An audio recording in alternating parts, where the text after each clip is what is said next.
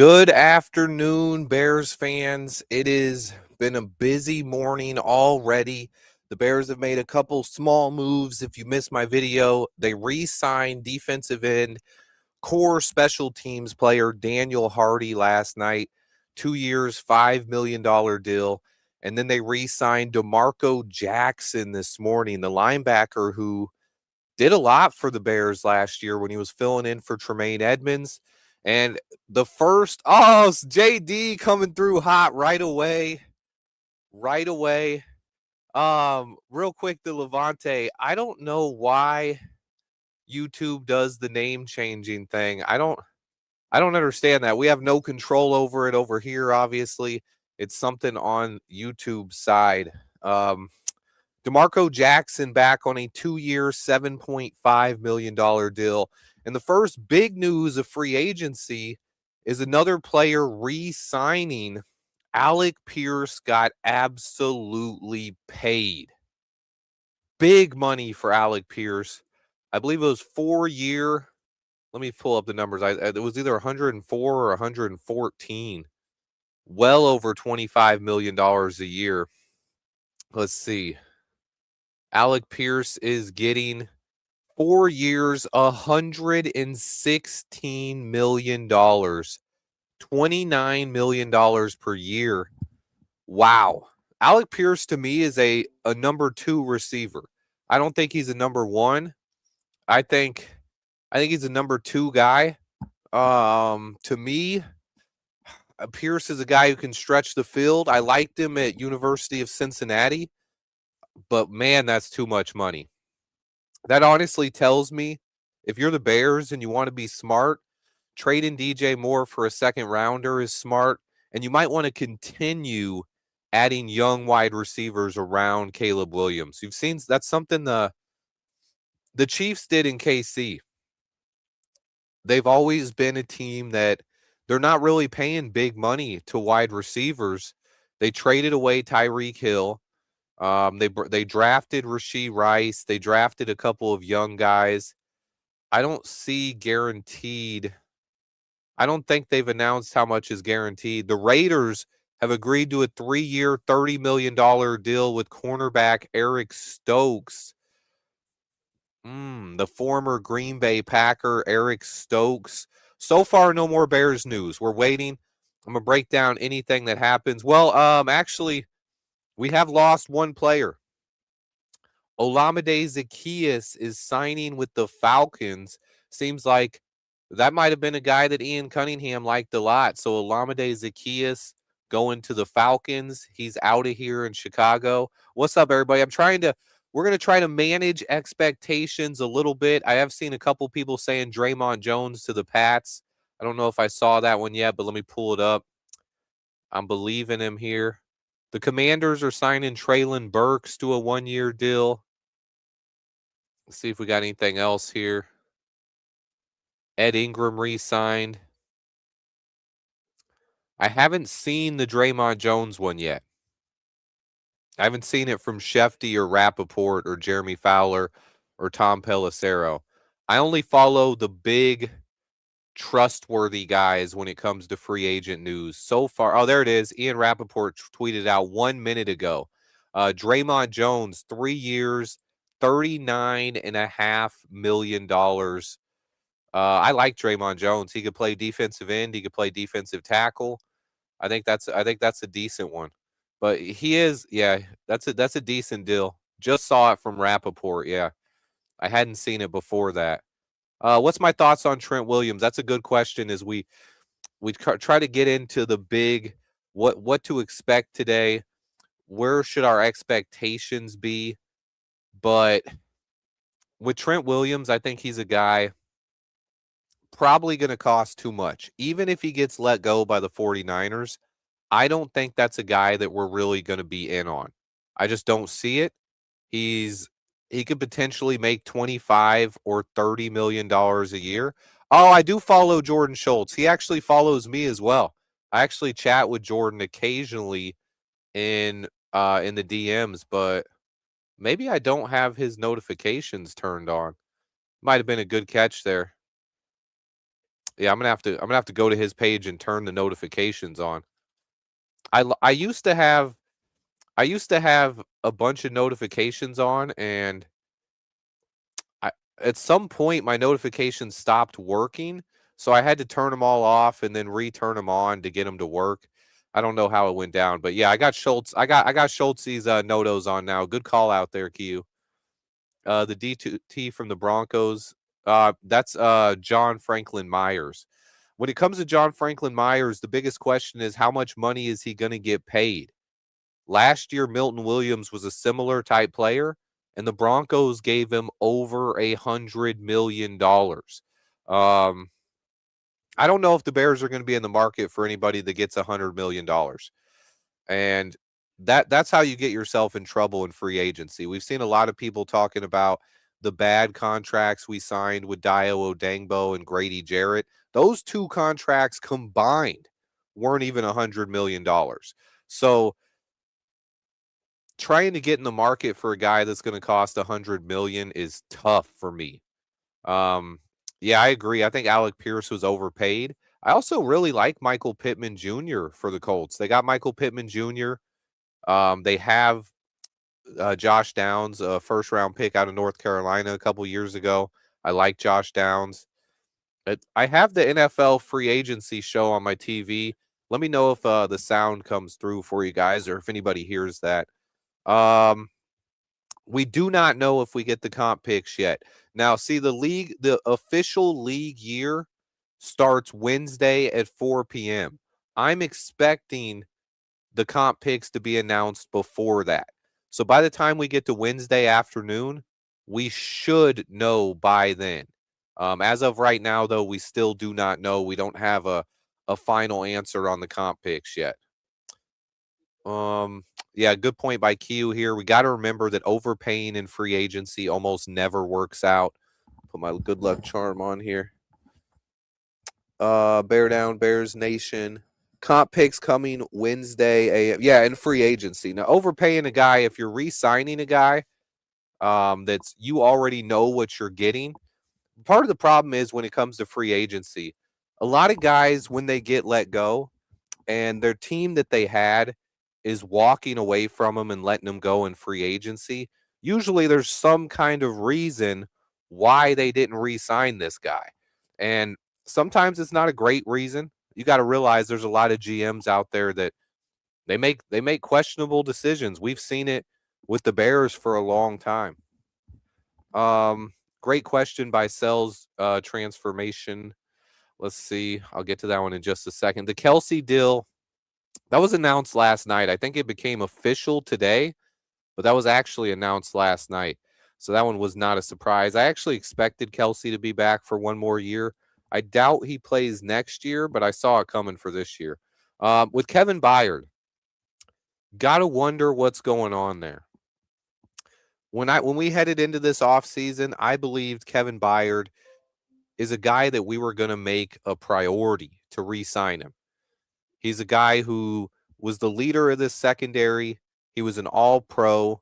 And on top of that, guys, this defense thrived off turnovers last year, right? Tremaine Edmonds had 5 interceptions. He's gone.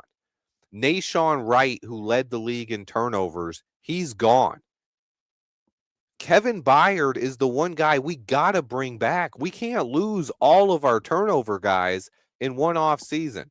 I'm hoping now Byard is at an age here where he's coming off an all-pro season. He's probably looking for a little bit more money than the Bears want to give him. But I do think Byard wants to be back. I think he's probably negotiating. He's trying to get a better offer and then hoping that the Bears match that offer. And Poles probably has already talked to him about that. That's something we've had time to get a deal done here, and we didn't get it done. But there's still time on that. There's still time. I'm really hoping we bring Kevin Byard back, though. New report from Ian Rappaport. The 49ers are open to trading Pro Bowl left tackle Trent Williams. He has a $38 million cap hit.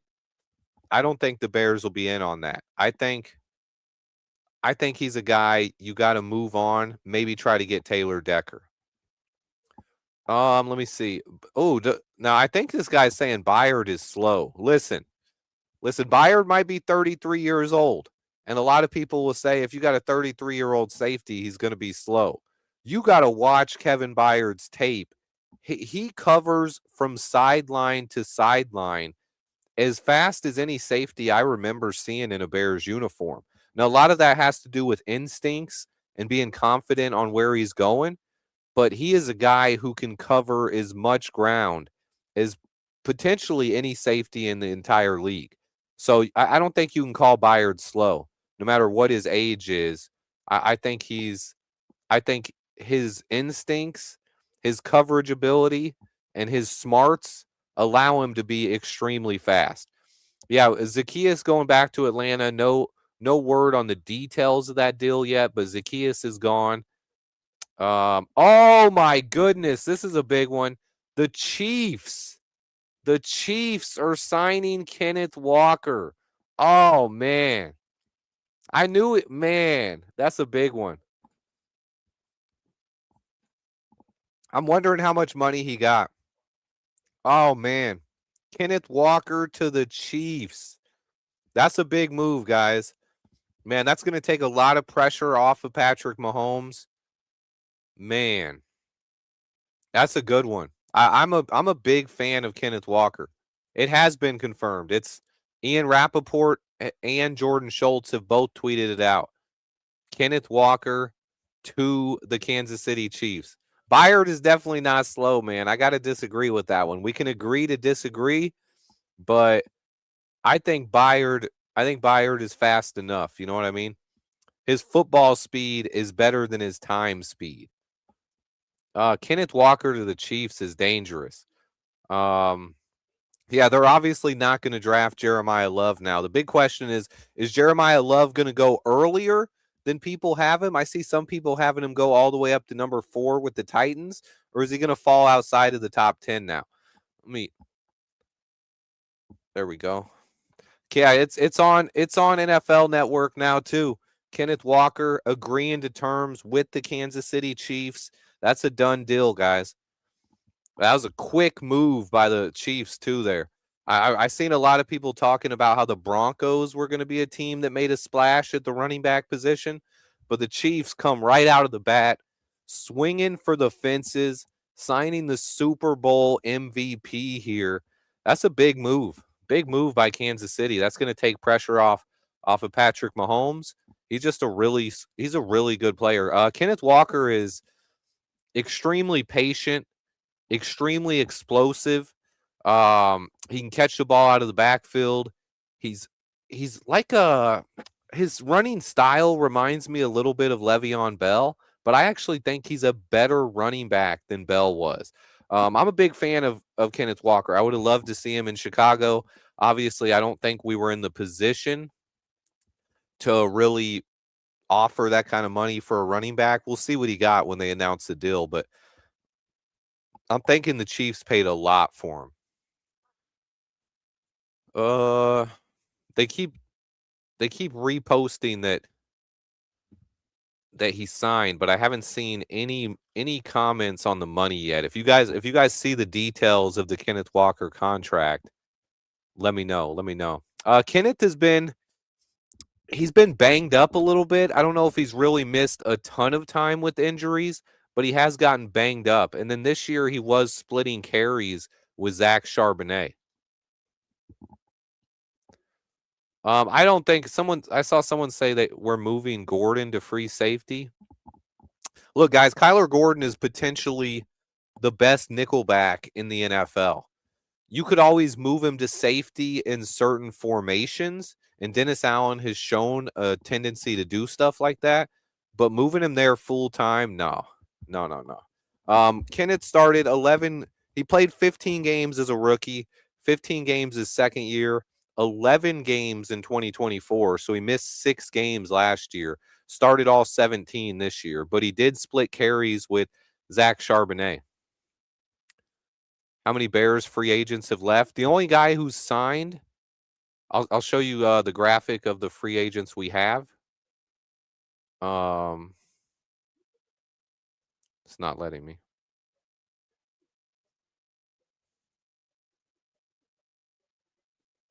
What is going on here? The only guy who's left so far is Olamide Zaccheaus. He's gone. Zaccheaus is signed with the Falcons. Other than that, none of our free agents have left yet. Dre'Mont Jones is a Patriot. If Gordon can't play due to injury, who is going to be our nickel back? Right now, I believe that guy would be Josh Blackwell. Blackwell is a guy who he's played the nickel before for us. He's a core special teamer, and he's still on this roster. Now we could also look to address that position in the draft, but right now it'd probably be Josh Blackwell. I've seen a lot of people. This is a conversation we had all last year too. I think some people just don't realize that injuries happen in the NFL. If you're talking about Kyler Gordon here, guys get hurt, right? It happens in the NFL. Yes, your best availability is availability, but when you're talking about when a guy just gets hurt one year and he missed most of the season this year, that doesn't mean he's going to be hurt next year. We heard that all off season last year about Jaquan Brisker. People kept saying, you can't count on Jaquan Brisker. You can't count on Brisker. He's not going to stay healthy. He's only going to play 2 games. Brisker was healthy all year this year. So you never know. But you want to hope guys are healthy, and you want them to continue working on their body, getting stronger, getting more flexible. That is something that Kyler's done in the offseason, but unfortunately, he wasn't able to stay healthy this year. When it comes to Trey Hendrickson, yeah, we talked about Kenneth Walker to the Chiefs for about 5 minutes. Good question here from Curry Drip. What contract would you give to Trey Hendrickson? And I talked a little bit about this morning because one big pass rusher did re-sign today. Well, he re-signed a couple days ago, but the full details came out on it. Danielle Hunter from the Texans got $40 million a season. If Trey's market goes above 30, anywhere near that $40 million a season, I'm out. Now, I would think if you could sign him in that $30 million range, if you can keep him somewhere around 3 years, $30 million, I would sign Trey. I'd be all in on that. There has been a lot of talk about him going to the Cowboys. The problem is the same people talking about Trey Hendrickson going to the Cowboys are the ones who said Max Crosby was going to the Bears. We got to take that information with a grain of salt. And on top of that, the Cowboys just traded for an edge rusher. They traded for Rashawn Gary this morning from the Packers, sending a 2027 4th-round pick. They're saying Pierce turned down more. People were going to give him more than $29 million a season. That's insane to me. That is insane. Yeah, that was something. Yeah, Jaquan was one of those guys they said doesn't miss time with injuries his first couple of years. Then he dealt with those concussion problems, and all of a sudden everybody said he's a liability and a guy who can't stay healthy. The NFL, especially there's a lot of fans where it's a what have you done for me lately type of thing, and their memories are very short when it comes to whether or not a guy stays healthy. But it is something you don't want from players. You want players to be on the field. Yeah, good point by None You Business there. 2 to 3 minutes after the tampering window opens, people had contracts done. I'm sorry, but I'm pretty positive those contracts were agreed to before the legal tampering period came open. It's hard to get a deal done that quick. Are we getting the left tackle from the Lions today? Well, here's the problem with that one. I would love to see it. My issue with why it might not get done today is he got cut 3 days ago. We could have brought him in or signed him at any point in time in the last 3 days. And as of yet, we haven't done it. So I don't know why we would wait until the free agency window opens up to bring him in, because now we can negotiate with everybody. We had 3 days to go ahead and talk things out, bring him in for a workout, see if his shoulder's healthy. And so far, there's been no news on Taylor Decker. We'll see, though. To me, he should be a priority. Well, technically, Doug, they're not allowed to start negotiating with agents until 30 minutes ago. But I do believe some of that does happen backstage. Now, you remember that when we got DeAndre Swift, even more than that, with how quick we got Swift, here was the thing that was revealed on Hard Knocks with the New York Giants. We were in on Saquon Barkley. We got outbid for Saquon Barkley and then pivoted to DeAndre Swift and did all of that in like 20 minutes. So that's a crazy one to me, how we got all that done that quick. I see a lot of people saying Decker is washed. Look, guys, you're looking for a short-term option. If you're telling me Taylor Decker is washed, I'm not going to argue with you about that. I think he could be. But at this point, we're looking for a Band-Aid option at left tackle.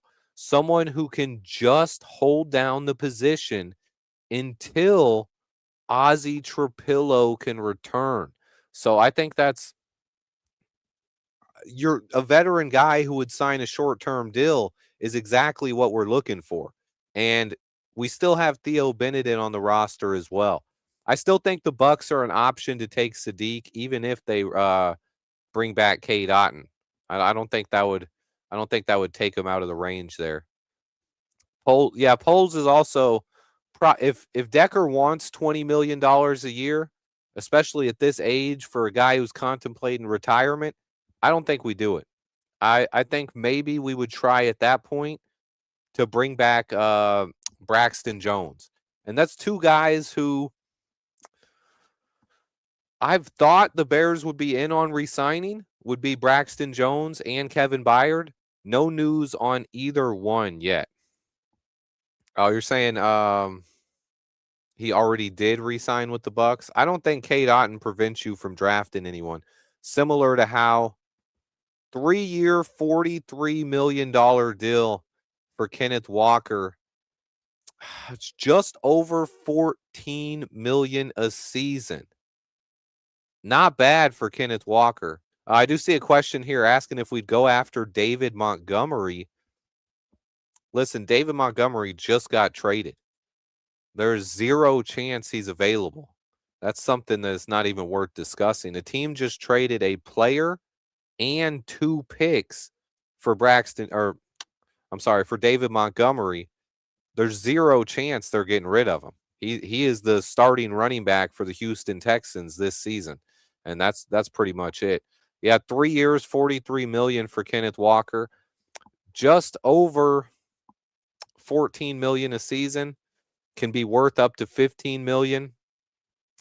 It's a lot for a running back, but it's just a 3-year deal. Man, I would not have been mad at that move at all. I'm a big fan of Kenneth Walker. I think he takes a lot of pressure off your quarterback. He's also a good pass blocker. He can catch the ball out of the backfield, and he's a guy you can give the 20 carries a game. I love it. There's zero chance we're getting Trent Williams and Jalen Carter. There's probably a 1% chance or less that we get either one of those guys, but both, no chance, no chance. Backup running backs, the Bears right now just pretty much have that 1-2 punch, right? We got the combination of DeAndre Swift and Kyle Monangai. The backup situation is going to be tough. Travis Homer could be back. I believe Roschon Johnson will be cut. I don't think he's making it through training camp with us this year. I think we will draft a late round running back, or you could potentially even see us sign Britton Brown to the active roster as well. Someone asking about Tyreek Hill. He has to prove he's healthy. But I still don't think Tyreek Hill is a fit. When you're looking at wide receivers like Tyreek, a lot of those guys want the ball, right? I'll talk briefly about DJ Moore because there was a report that came out this morning. Trusted source here that says DJ was very happy to be traded to the Buffalo Bills. And I think it's one of those rare instances where it's a win-win situation. A lot of fans didn't realize that DJ wants to be a number 1 target. DJ is good enough to be a number one target. It didn't mean he didn't want to be in Chicago, but he's a guy, he wants to win, and he wants to be the number one weapon in the offense. Going to Buffalo, he's going to get both of those things. He's on a Super Bowl contending team, and he's going to be the undisputed number one target in that Buffalo Bills offense. They don't really have anybody to compete with him for targets. So, good news for DJ. He's happy. The Bears are happy. We got an extra second-round pick, and we got some cap space. Rams signed Jalen Watson, the safety. That's after retaining Cam Curl as well. 2 moves in the secondary for the Rams right now. Let me see. Any other news? $43 million for Kenneth Walker is decent. Jordan Schultz is reporting Alec Pierce had a much bigger offer from the Washington Commanders. The Commanders were trying to, I would have let him go. I honestly would have let Alec Pierce go. I don't think he's worth that kind of money, but that's crazy. I don't want to take it. What about Darnell Mooney if he's cheap? I wouldn't be mad at it, but I think he's I wouldn't be mad at it. That's all I'm going to say. What Michael said here, we want to replace Olamide Zaccheaus with a guy who's got better hands. Now, Zaccheaus did have potentially the catch of the season, that catch in the back of the end zone he made against the Packers, but very good opportunity there. No news on Trey Hendrickson yet. No news on Trey Hendrickson. Are you talking about Odayo Odangbo? Bears fan 2005, who are you referring to next year? I think he's talking about Dayo Odangbo. If he breaks out this year, similar to Robert Quinn's tenure in Chicago. Robert Quinn's a little different. Robert Quinn is a guy who had 19 sacks his second or third season in the NFL. Dayo is a guy who, now Ryan Poles said this, if you missed it, Ryan Poles said Dayo is in the building every single day this offseason, and he's working as hard as anybody in the building. So you're talking about a different catch, Jay Topher. What is wrong with you, man? Jade Walker made a corner of the end zone wide open catch. We played the Packers 3 times. I'm talking about the one where Caleb rolled to his right, and he threw a little sidearm pass, and there was a defender right on him, and Zaccheaus made the catch in the corner of the end zone. Don't question my Bear. I watch every single snap tons of times, man. I know what I'm talking about here. You're talking about a different catch versus Green Bay. There was a lot of good touchdown catches versus Green Bay, but I'm not talking about I'm not confusing them. I'm talking about the one that Olamide Zaccheaus caught. So try to remember the one that Zaccheaus caught, not the one that Jade Walker caught. Do I think we're going to get the comp pick? I've thought all along that we deserve the comp pick, right? I think that's something. I think if you're looking at, we did everything right when it comes to the comp pick. Where did Jalen Phillips go, Kiyu? Did he stay with the Eagles? When it comes to these comp picks, we deserve the comp picks. We followed the process 100% correctly. We developed a guy who got hired as a GM, and they're trying to take our picks away is not good. And I believe the NFL should make the right decision on that one and give us our comp picks. Let's see. Jalen Phillips. Let me see if I can pull that one up. Jalen Phillips to the Panthers. Ugh. 4-year, $120 million deal. Wow. $30 million a season for Jalen Phillips. So I think Trey Hendrickson could sign a similar contract to that, but just 3 years. No, Swift, that was DJ that caught that pass. I see what you're doing there, Eric. I know you're playing, but that's another good catch against the Packers. There was a lot of them this season. Yeah, DJ's walk-off catch was the best catch of the season. That's one we're going to remember for the rest of our life. Yeah, that's a big time deal for Jalen Phillips, though. $120 million. So $30 million a season, 4 years. I think Trey Hendrickson can get a similar offer here. Same thing Phillips got, but one less year, right? Phillips is 26 years old. Hendrickson is 30, 31. I got to pull up to remember his exact age. I don't have it off the top of my head. I think he's 31. Watch me be wrong on that. Trey Hendrickson is, yeah, he's 31. He just turned 31 less than 3 months ago. Hendrickson is 31. So I think at this point, the most you would give Hendrickson is a 3-year deal, right? Similar to what Jalen Phillips got, but 3 years, 30 million, 90 total. I think that'd be a good deal for him. Colts traded Michael Pittman to the Steelers. Oh man, I don't know about that. Panthers 4-year, 120 million for Jalen Phillips. Wow. Similar deal, but for 3 years. See, I gotta talk about what the Colts did there, because that's, to me, I think Michael Pittman Jr. is a better receiver than Alec Pierce. So yeah, we talked about Kenneth Walker already. We all know Kenneth Walker went to the Chiefs, right? Laremy Tunsil re-signing with the Commanders. That's another move. But I want to talk about the Colts now, trading Michael Pittman away after signing Alec Pierce to a $114 million contract. Wow. That's kind of insane to me. I think I'm not against Alec Pierce. I think Alec Pierce is a really good player. Q, I'm not seeing the trade yet. Oh, there it is. Jordan Schultz got it.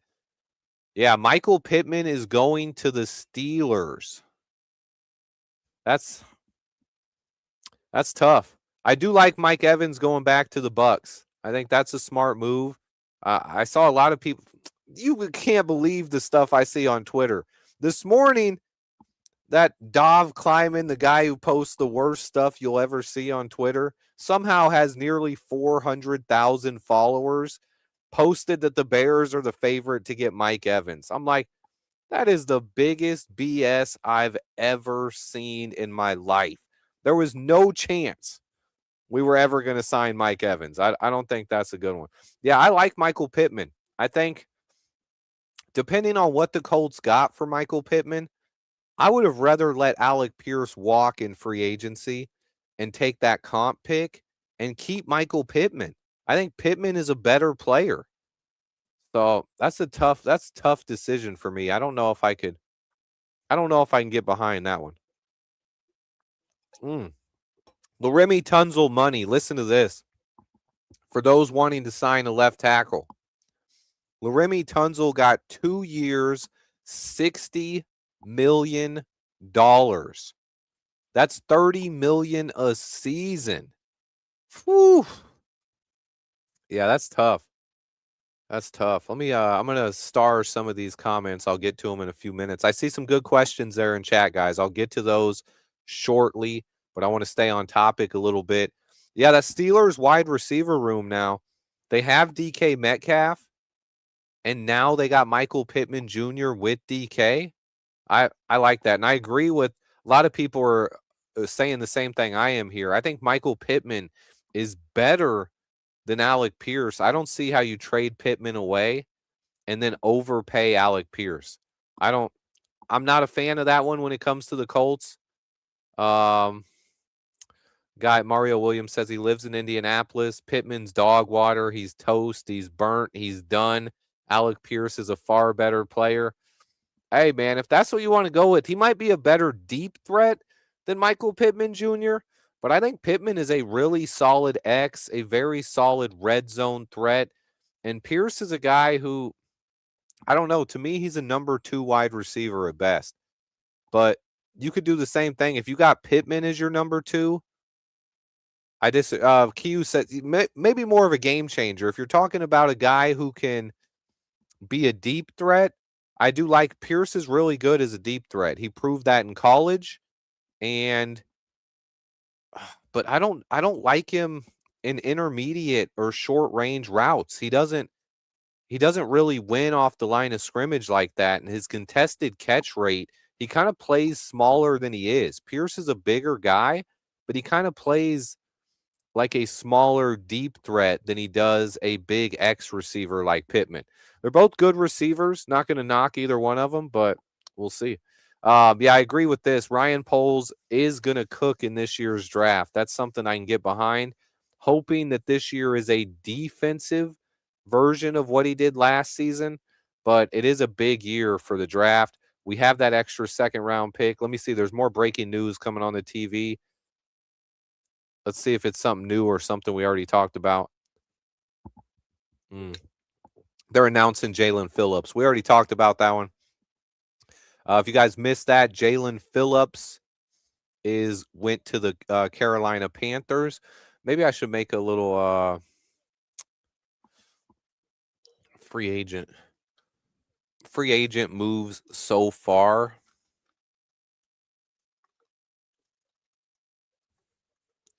I might make a little graphic for the free agent moves that have happened so far so I could put that up on the screen. There is a lot going on so far already early in the day here. Malik Willis to the Dolphins. That's one that was not a secret. We know the Dolphins hired the Packers' former defensive coordinator, Hatley.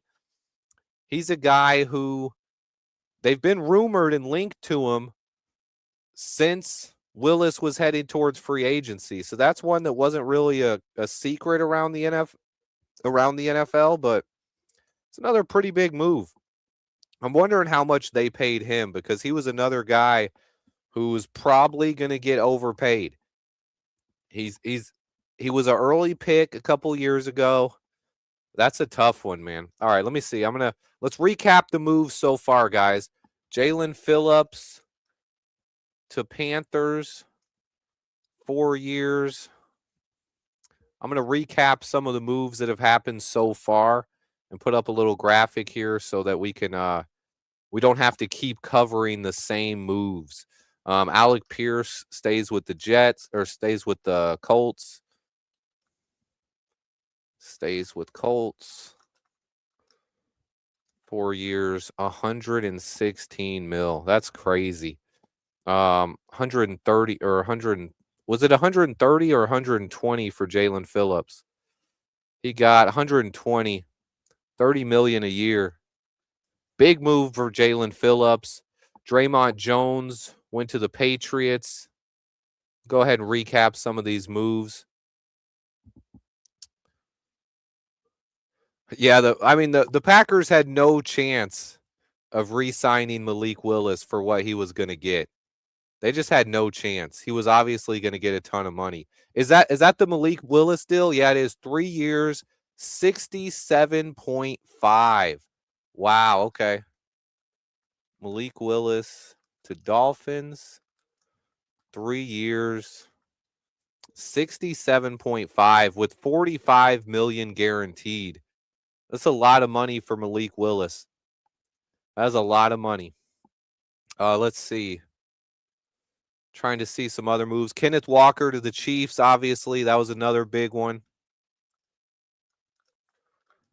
He got 3 years, 43 million. Let's see. Did Bagents? I do believe this. This is some good catch there by G Mike. I believe that Tyson Bagent's value might have hinged a little bit on where Malik Willis goes because the team other than the Dolphins that I thought was going to be in on Malik Willis was the Arizona Cardinals. They were also heavily rumored to be interested in signing Malik Willis. So they might have been like, look, Bears want too high of a draft pick, right? We're going to see if we can get Malik Willis first. If we can't get Malik Willis, we could pivot and make a move for Tyson Bagent. So that is something to keep an eye on here. Definitely something to keep an eye on. He's a guy who could be traded for sure. Dre'Mont Jones went to the Patriots, I believe. Cornerback Jalen Watson signs with the Rams. That's one I don't want right there, Doug. I do not want to see Kyler Murray go to the Vikings. Look, if there's a quarterback on this market, and this is Malik Willis included, if there's a quarterback on this year's free agent market who I believe can turn a team around and bounce back and be that kind of Sam Darnold type guy, a guy who Bears signed Gallimore. Hold up. See if I can get in on this. Defensive tackle Neville Gallimore, 2 years, $12 million. Another underrated signing. He's not going to be a difference maker, but that is the first official free agent move by the Bears. We go ahead and add that to the ticker at the bottom. Bears sign D tackle. Wow. 2 years, $12 million. Not a big contract, but the Bears get their first signing here, guys. We'll talk a little bit more about him in just a minute. Let's see. Yeah, he's going to replace Billings. He's a bigger run stuffing type guy. Let me see. Isaiah Likely to the Giants. I like Isaiah Likely too, man. I think Isaiah Likely, I think this is one I'm not a big fan, honestly, of what the Ravens are doing. You have a guy like Mark Andrews, who is obviously really good, right? But he's at the end of his career right now. His career is pretty much done. And Isaiah Likely is a guy who, to me, if I was running the things for the Ravens, I would have him be basically your tight end of the future. But instead, they're letting Isaiah Likely go. They're letting Tyler Linderbaum walk, and then they traded all those assets for Max Crosby. I'm not sure what they're doing there. I'm not sure what the Ravens are doing. So all right, let's give a quick breakdown of Gallimore, a guy I did not cover I don't know if I said his name more than once. He was in my early free agency preview. I know I mentioned his name once. That's about it. He's a 29-year-old former third-round pick by the Dallas Cowboys. He played his college career at Oklahoma. He's a big run-stuffing type defensive tackle, 6'2", 307 pounds. He has 7.5 sacks in his career. He's never been a difference maker as far as a pass rusher, but he does have 147 career tackles, 15 tackles for loss. He started half the season last year with the Colts and ended up with 3.5 sacks, which was the biggest production-wise of his career. Before last year, he had only started 18 career games across 5 seasons with the Cowboys and Rams. But then he signed last year. He did play in all 17 games for the Colts. He was a guy who was a rotational piece, and then he started the final 8 games of the season, finished with 3.5 sacks, and was a decent rotational piece. He'll help the interior of the defensive line, but he's not a guy who's going to be a difference maker.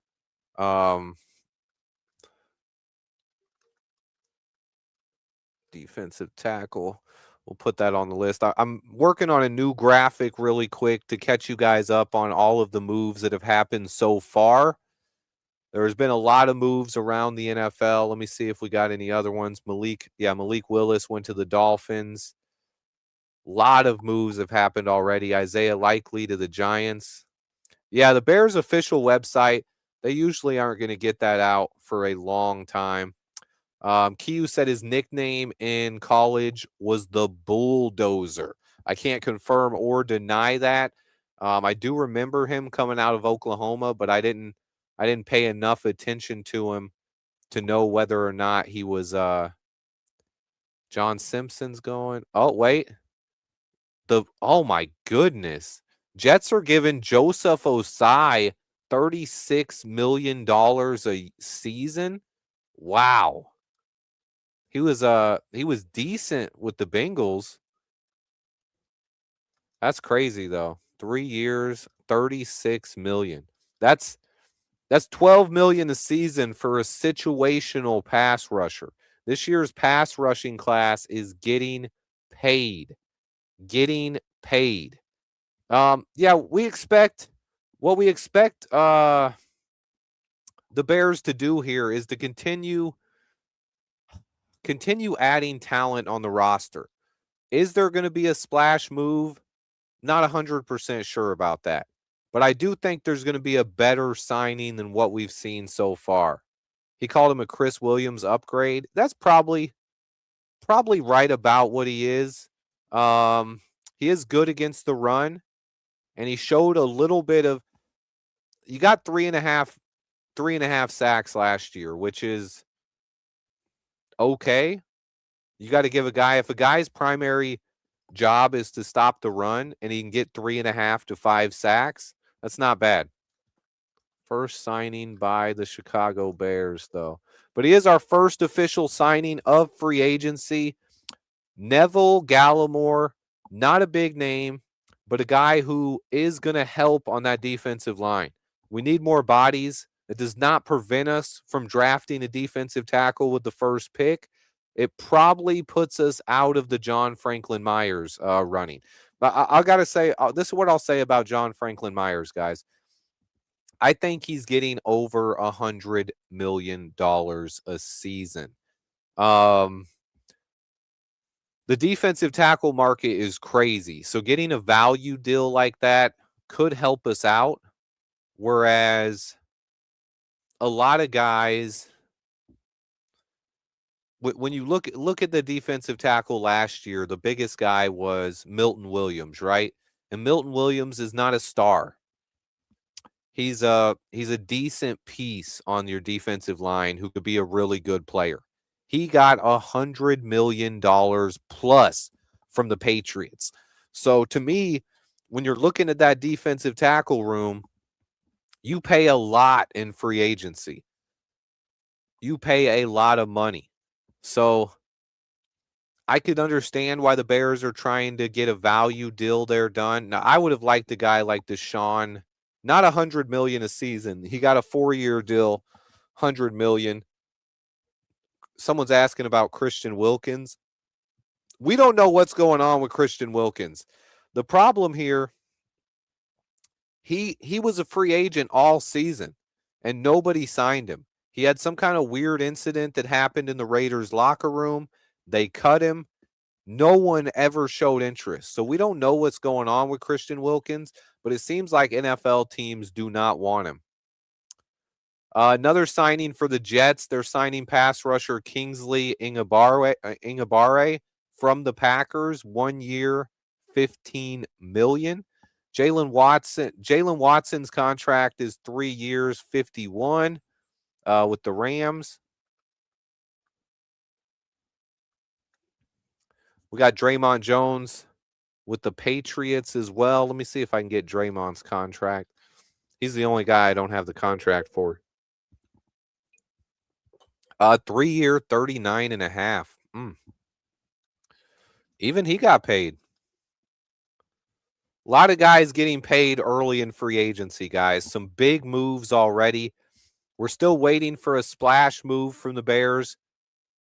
We might not get a splash move, but I do believe we're going to get a player bigger than the defensive tackle we just signed. I don't think that's going to be the only move we make here. I think Gallimore, he's a guy who's hopefully going to help out. A 4.78 40. Good call by Creighton on that one. He's a guy who can move. We do want to get faster on the defense. And if you're looking to upgrade from Andrew Billings and Chris Williams, the guy who were rotational defensive tackles, adding a guy who's solid against the run, put up 3.5 sacks last year. He's in his prime. He's just turned 29 years old 50 days ago. He's a former third-round pick. He was nicknamed the Bulldozer. I'm not going to be mad at the signing. Obviously, he's not a guy who I'm going to do jumping jacks over. I'm not going to be jumping up and down on this one. But I do think he's a guy who could help out the rotation on defense. And that's pretty much what we're looking for right now. Let's see. 2 years, 12 million is the total value on that one. Let's see if we can get this up. That's good speed for a bulldozer right there. And this might show you, please credit Greg Gabriel with the 40 time. Greg Gabriel posting his 40 time on Twitter. Good for Greg, man. Greg's out there doing his thing. I will be live with Greg on Friday, recapping most of these free agent moves. Let's see if I can get a graphic out real quick to help you guys out with all the catch up on some of these moves that we've made so far. We're cooking, baby. Please trust the process. I do trust the process. I just wanted to move a little bit quicker here. Yeah, Kingsley Enagbare is going to the Jets, 1 year, $10 million. Chicago Bears, according to Jonathan Jones, new report here, the Chicago Bears are eyeing Seahawks safety Kobe Bryant. Kobe Bryant on the Bears list. That's a decent one, guys. I can't be mad about that one. I can't be mad about that. Let's get back. I don't know why.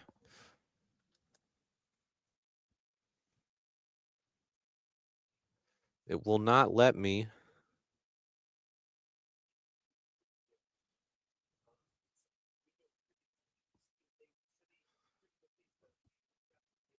See if, oh, there we go. Okay. It wouldn't let me change my, there we go. All right. So a lot going on right now, guys, when it comes to Chicago Bears moves. Having a safety like Kobe Bryant, not that Kobe Bryant, guys, not that Kobe Bryant. I knew somebody was going to go there, man. I knew somebody was going to go there. But I believe it would be a really good addition if we could sign Kobe Bryant, the safety. He was tops of my safety list. He was the top available safety. If I'm not counting Kevin Byard, it's Kobe Bryant. And other than Kobe Bryant, the next up on that list would be Chiefs safety Brian Cook. Free agent recap one. I'm going to get a quick recap up here, guys. There have been a lot of moves made early on in free agency. They're saying the Falcons are pushing for Tua right now. Falcons are trying to get Tua in the building. That's a crazy one to me. I don't know about that one. Let me see what I can get done here. Free agent recap. Getting the free agent recap up right now. This should help us out a little bit so we can see a little bit. All right, this is what we have so far, guys. This is how things are moving early on with the Bears and NFL free agency overall. There's obviously going to be some smaller moves here. Report Mitch Trubisky going to the Titans to be the backup to Cam Ward. That's a new one here. But this is recapping the biggest moves so far. Jalen Phillips to the Panthers, $120 million. Alex Pierce staying with the Colts, 4 years, $116 million. Malik Willis to the Dolphins. Kenneth Walker to the Chiefs. Dre'Mont Jones to the Patriots. Jalen Watson to the Rams. Isaiah Likely going to the Giants. Joseph Osai going to the Jets. And the Chicago Bears have signed a defensive tackle, the Bulldozer, Neville Gallimore, 2 years, $12 million, about $6 million a season. That's right below starting defensive tackle price. I think at that point, you're bringing him in to be a part of the rotation. you're probably still going to rely on Javon Dexter and Grady Jarrett. You're hoping Jarrett's healthy, but that's a guy who's going to play a part of the rotation early on for the Bears. Gallimore, solid against the run, had his career year last year, 8 starts, 3.5 sacks. I think he's cashing in on that a little bit. I'm seeing a couple people, including Levante and DG there, also saying Demario Davis is going to the Jets. I think he would have been a fit for the Bears if we wouldn't have signed DeMarco Jackson. Anybody who missed it, we brought back DeMarco Jackson this morning. Also, that is a crazy deal for Demario Davis. 2-year, $22 million. I was thinking if we were going to be in on Davis, it was going to be 1 year, $5 million. He's getting 4 times that from the Jets with 3 times that fully guaranteed. The Jets are throwing money out the window right now. This is the Jets just making it rain, throwing money out the window. I'm glad we aren't the New York Jets. That's all I got to say. The biggest rumor right now, though, is the Bears are trying to sign Kobe Bryant, the safety from the Seahawks, Super Bowl winner. He can play over top as a deep safety. He's also very solid against the run. I would absolutely love to have Kobe Bryant on here. And shout out to Kobe, the real Kobe, also as well. Yeah, Demario Davis is crazy. Raiders signed somebody. I'm not remembering who, though. If you guys, I'll tell you guys a little background. This is Kobe spelled Coby, not Kobe. We don't need any helicopter jokes in the building. That's that's disrespectful a little bit. So he was a 4th round pick. He went to the University of Cincinnati. He's been a solid member of the Seahawks safety room. He started 11 games last year, 15 games in 2025, 7 interceptions over the last 2 years, and 140 tackles. He's also very good getting up and stopping the run. He can come down in the box, or he can play the free safety kind of center field role as well. Eric Stokes went to the Raiders. Good call. He's a guy who's versatile, and he would help out this defensive back room a lot. I would love to land Kobe Bryant. He's probably my favorite safety in free agency once Cam Curl went off the board. Cam Curl was the guy I probably had at the top, but Kobe Bryant is right there with Cam Curl. He's also 26 years old, a guy who's about to be in the prime of his career. If we could get Kobe Bryant for less than what Kevin Byard wants, I would understand it.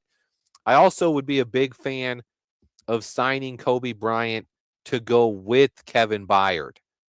That I knew that question was coming. If we get Kobe Bryant, are we out on Byard? I don't think so.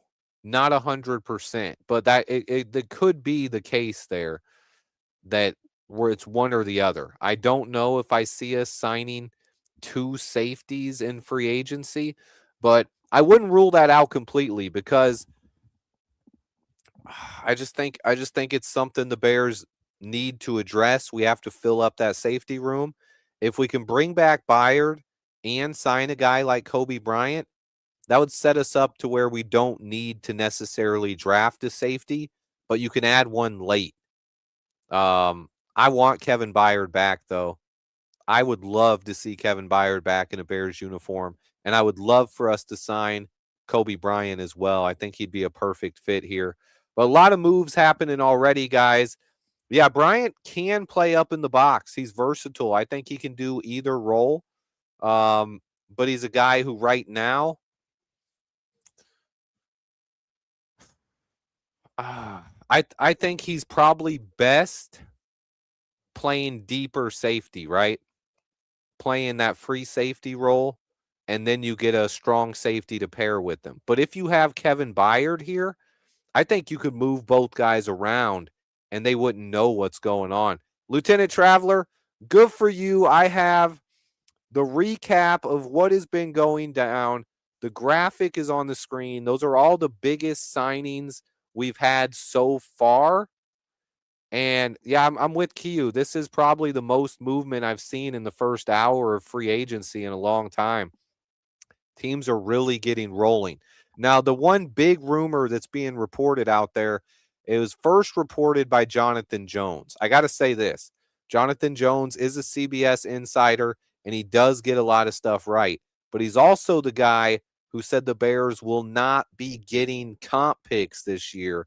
So tough on that one. But they are saying the Bears are very interested in safety Kobe Bryant from the Seahawks. My guy Nick Whalen posted some good numbers here on Neville Gallimore, the Bears' free agent defensive tackle. So I'll quickly recap this here. He's 6'2", 307 pounds, 29 years old, a former third-round pick. He's good against the run. He's powerful. He has a strong bull rush. He's capable of clogging up double teams at times, and his pass rush win rate was actually almost identical to the guy everyone wants. John Franklin Myers from the Broncos, 14.9% pass rush win rate, whereas Gallimore, 14.8% pass rush win rate.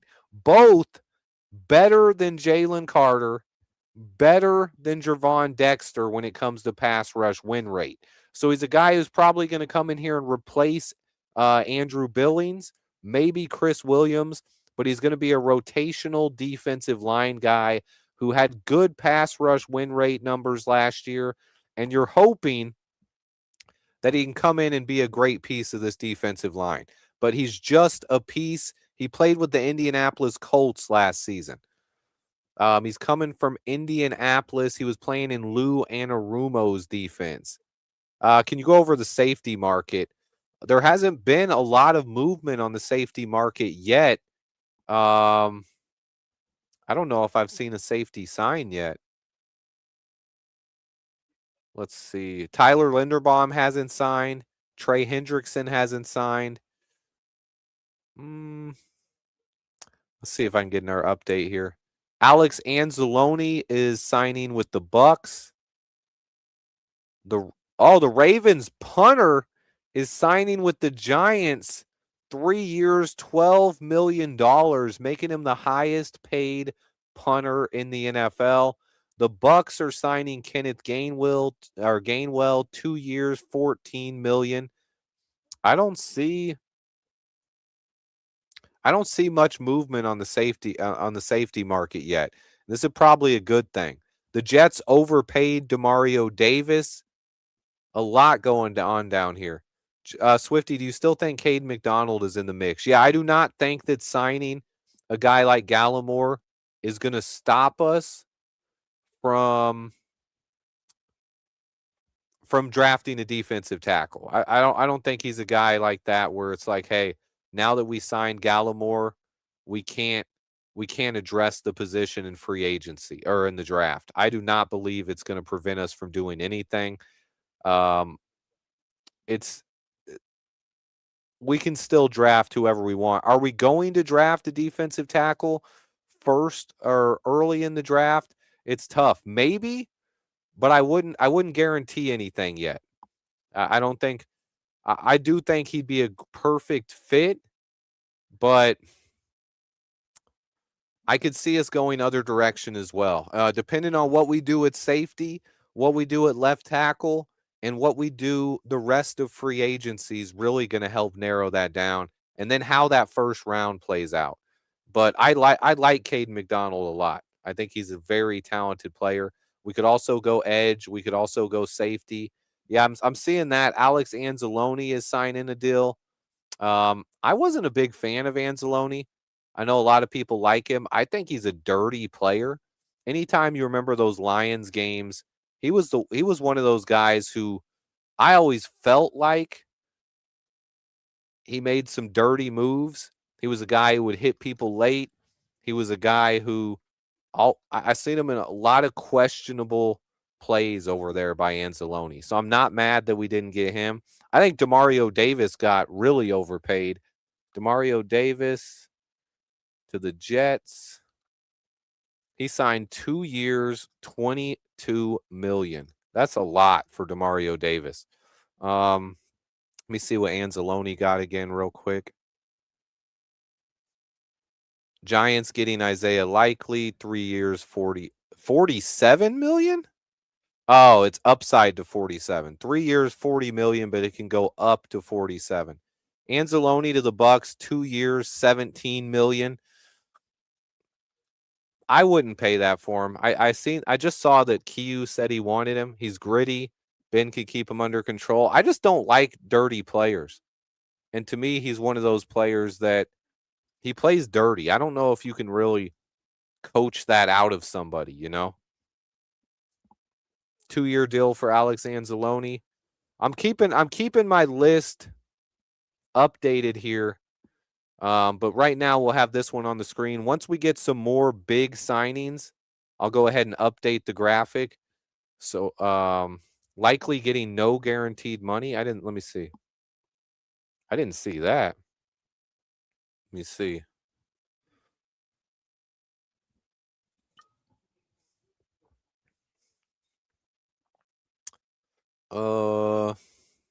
Giants are signing him.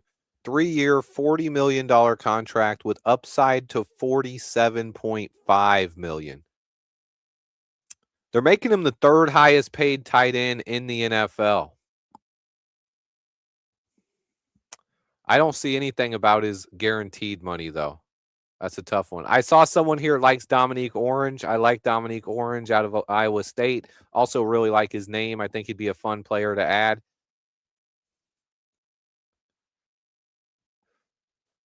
Is it okay to screenshot your free agent moves so far and question, do the Bears have a chance for Hendrickson? Yeah. You could do whatever you need, buddy.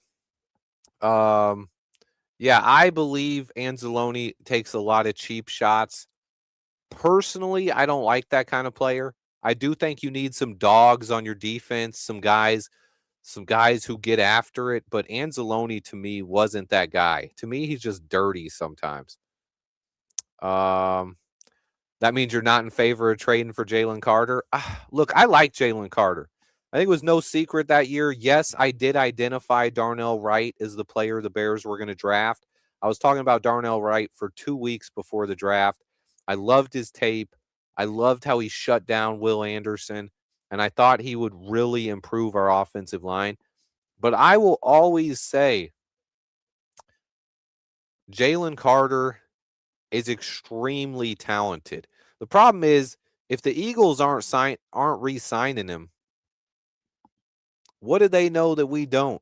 And Ryan Poles already passed up on him. We had an opportunity to draft him, and we passed up on it. So that's tough to me. I do not see us going that route. I do not see us trading for Jalen Carter. Obviously, the character issues are well known at this point in time, but I do not think that's something the Bears are going to do. That's what I meant. I see people already hating on this move. Oh, wait, here we go.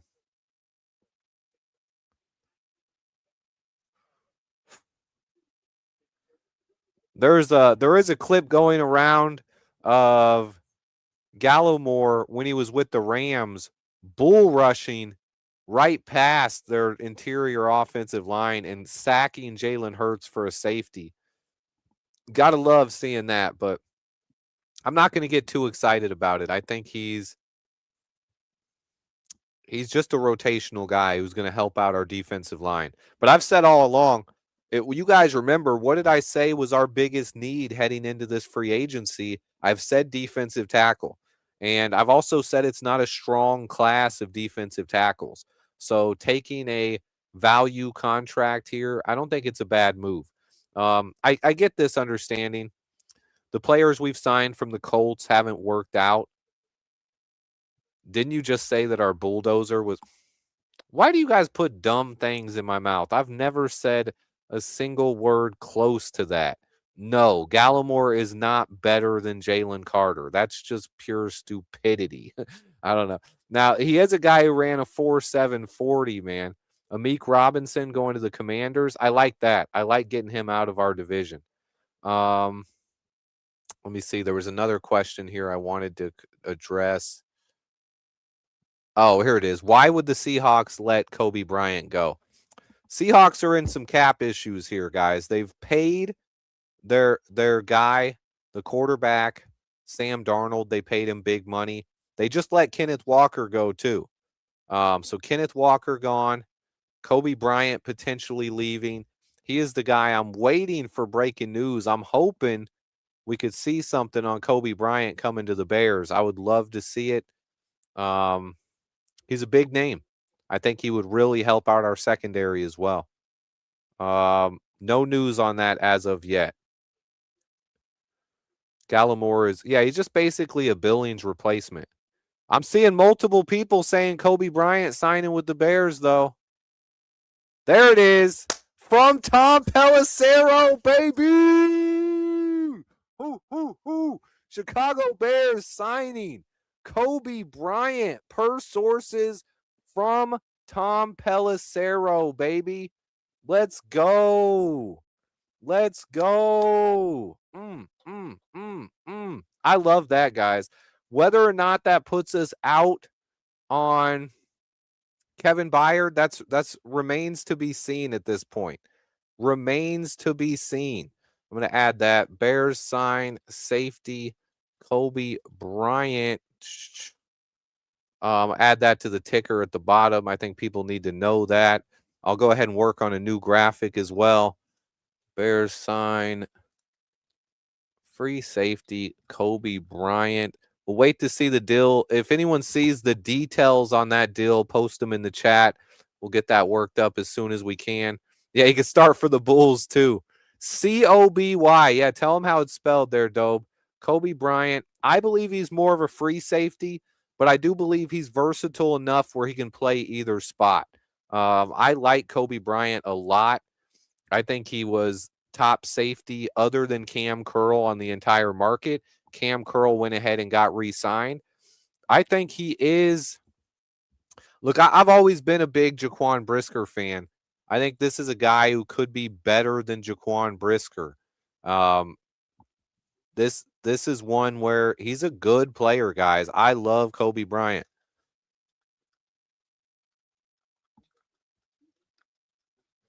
That's a big safety, guys. That's really going to help out our safety room immediately.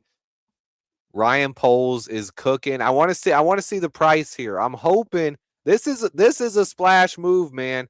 He's a Super Bowl champion. He was a leader in that secondary for the Seahawks. This is a big move. Kobe Bryant to the Chicago Bears, baby. Yeah, he could play multiple positions. He's one of those guys. I think that's something that Dennis Allen loves. Kiyu's saying 3 years, $40 million. It's about 13 a season. Woo! That might be our splash move, honestly. 3 years, $40 million. Not a bad deal, guys. Let me go ahead. I'm going to upgrade this.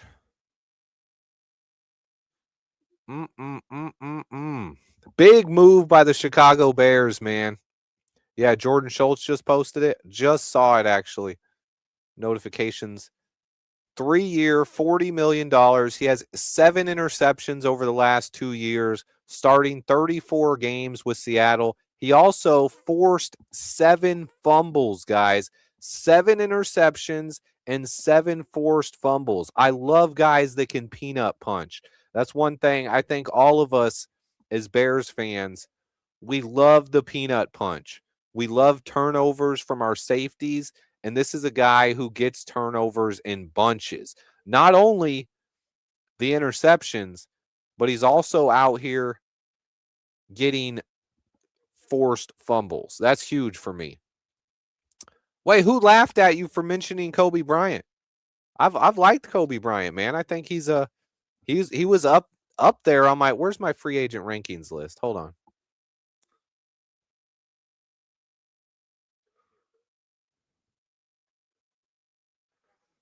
Let me go back. Why can't I scroll down here? StreamYard's being a little iffy with me today. But let me see. Where's my free agent rankings? Kobe Bryant, Brian Cook. I had him at 15th. I actually like him more than Brian Cook. I put this list together kind of quick. I would probably swap his place with Brian Cook there, put him 12th and Brian Cook at 15th.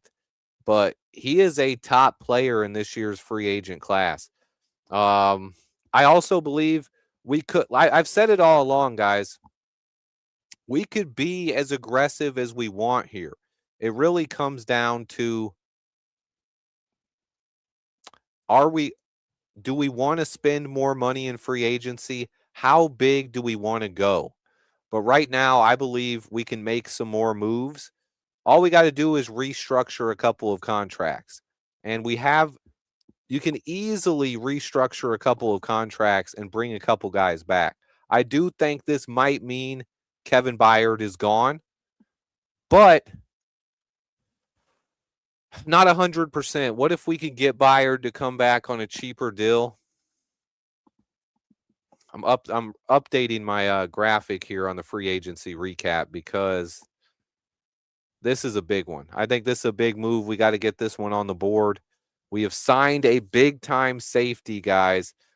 I'm happy with this move. If you would have told me we were going to get Kobe Bryant, I would have loved it the whole time. You pair that with the Neville signing, and you're doing okay. Here it is, guys. Updated graphic on the board now. This is a recap of the biggest moves in free agency so far. And at the bottom, you'll see the Bears 2 signings. Kobe Bryant, 3 years, $40 million. Neville Gallimore, 2 years, $12 million. Putting some resources into the defensive side of the ball. I believe we got a value deal with Gallimore. He's a guy who's going to help out our defensive tackle rotation. And Kobe Bryant was a guy who's going to try to revamp this secondary. Jordan Schultz is saying 3 years, 40. Is someone else saying 42? I mean, not a big difference either way, but that is $2 million difference. Let's see. I'm going to check to see if anyone else saying anything else. Punter signing. Cade Otton back to the Cade Mays to the Lions. Oh, there's one. The Lions got their center. The Lions signed Cade Mays, 3 years, $25 million. I like that move. I like that move by the Lions. Here's what Jordan Schultz said about Kobe Bryant. He said he was an essential component of the Seahawks defense, and a ton of teams were interested in him. Seattle wanted him back, but the Chicago Bears made a huge offer. Look, he's a turnover machine, guys. 7 interceptions, 7 forced fumbles over the last 2 years. He's only 26 years old. He can be in Chicago for a long time. That is not a value deal. That is the Bears paying up for Kobe Bryant. Boom. This is our splash signing. 7 INTs, 7 forced fumbles. I love that move, man. I think he's a dog. He's a guy who's going to help our defense. He's a guy who brings kind of that mentality that a lot of people like when you're talking about the defense. Yeah, this is where I want to go next. Q is right there with me, man. Let's go ahead and restructure Montez Sweat and Jalen Johnson's deals now, and that opens up more money in free agency. I don't see what Mario is saying. I might have this guy blocked already, but a lot of people telling him to chill. Look, a lot of people just love to be negative. Oh, there it is. Let's see. Man, some people just love to complain. I try to ignore that for the most part because some people just love to complain. Nothing you can do about that. Does this mean that I think the biggest question Bears fans have right now is, does this mean that Kevin Byard is gone? I would say the chances of him returning right now I would say it's not 100%, right? Or not at 0%. I would say 20% chance we could bring Byard back. 80% chance that he's gone. This is a big move. We've tried. Ryan Poles said it. We were trying to work out a deal with Kevin Byard. But I think if Kevin Byard wanted this kind of money, they just said, look, we're not going to give this kind of money to a 33-year-old safety. We might as well go out there and spend the same money and get a 26-year-old who can impact this defense for a long time. I love it. I think he's a great addition to this secondary. You put him back there with a healthy Jalen Johnson, a healthy Kyler Gordon, and the secondary is going to be very strong. But I would still like to see us try to work out an extension for Kevin Byard or Jaquan Brisker. Bring back one of those guys and pair him with Kobe Bryant, and our safety room is going to be very strong.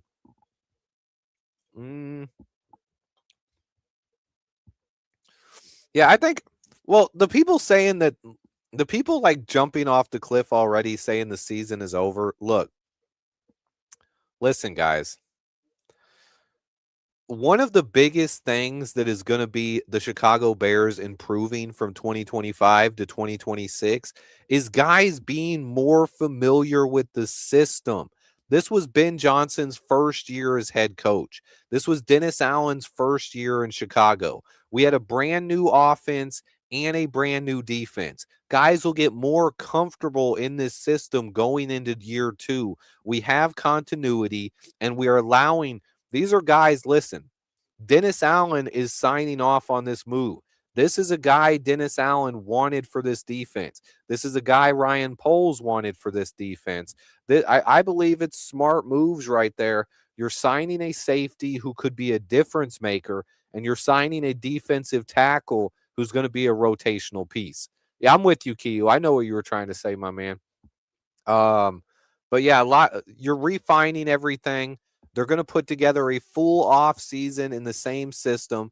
Ben Johnson is going to add new wrinkles to this offense. And then just getting healthy on defense is going to help us a lot.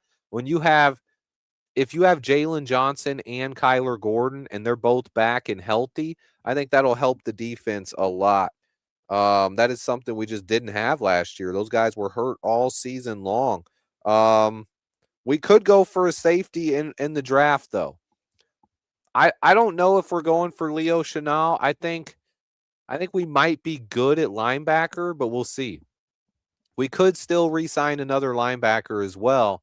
But right now, with DeMarco Jackson being re-signed, I don't know if we're going for another linebacker at this point. I'm going to update the title here. Bears have signed Kobe Bryant, though. I'm gonna ask you guys in the chat to go ahead, and I'm gonna post a little poll so I can see your guys' grade on the Kobe Bryant move. I'm not gonna ask about the Gallimore move because I believe it's an under the radar one and fans probably aren't happy about it. But when it comes to the signing we just made, talking about Kobe Bryant here, give me grade the Kobe Bryant move. I still think you need to see what other moves we make, because right now we don't know if we're bringing back Brisker or Kevin Byard to go with it. But the poll is now live. Poll is live in the chat. You can grade it an A, a B, a C, or a DF. But the poll is live.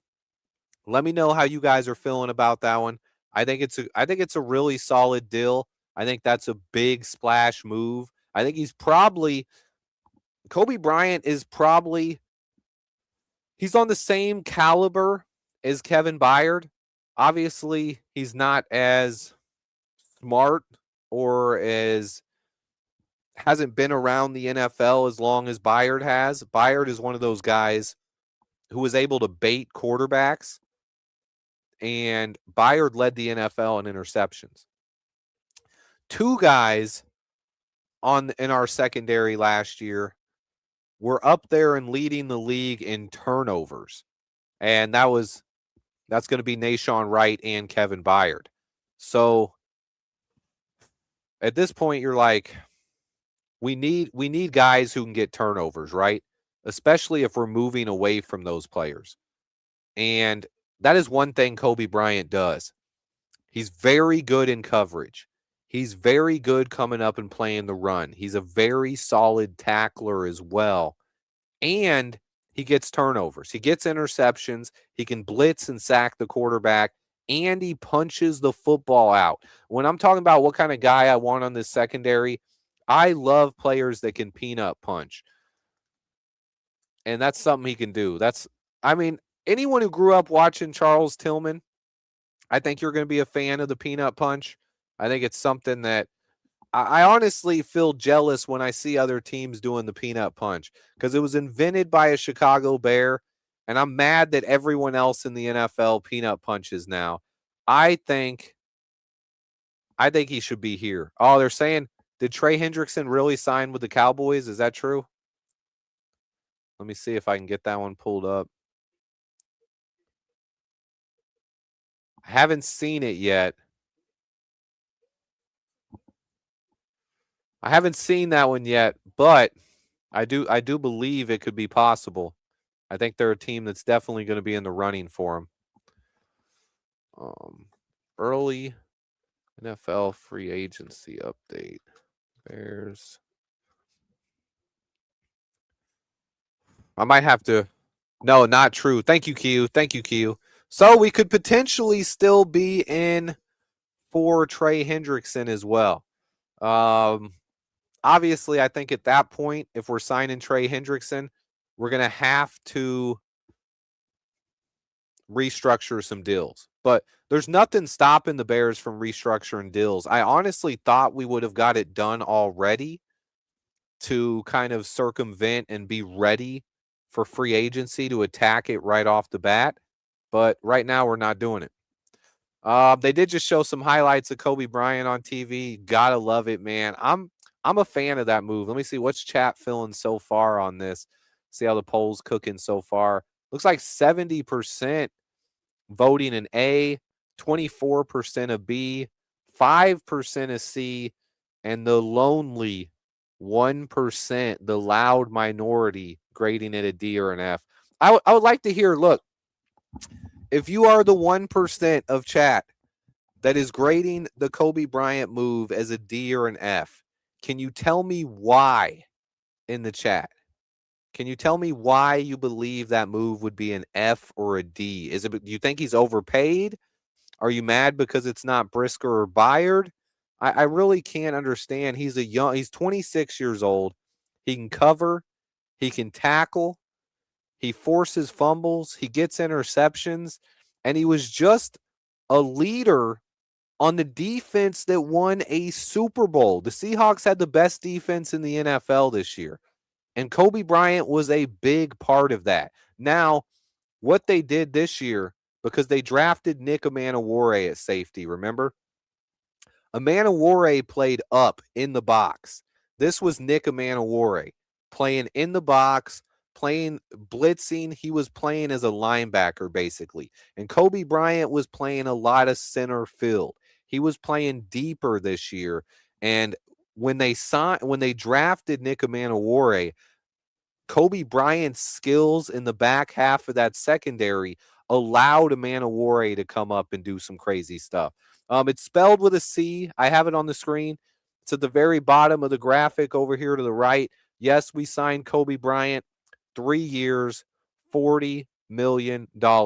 Don't give that lunatic 1% of Bears fans a voice. You're right. I mean, it's always the loud minority, man. A+ wasn't a choice, little bro. Well, I think an A+, it's the same thing. You're grading it an A. You really love the move.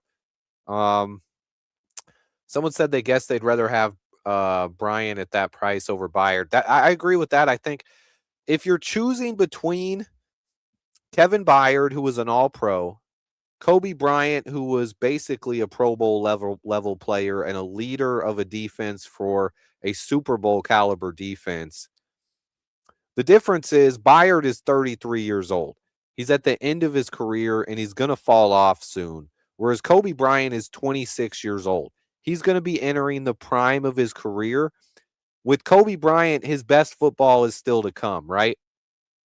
With Kevin Byard, this last season might end up being the best season of his career. We might have already got the best that Kevin Byard is ever going to play.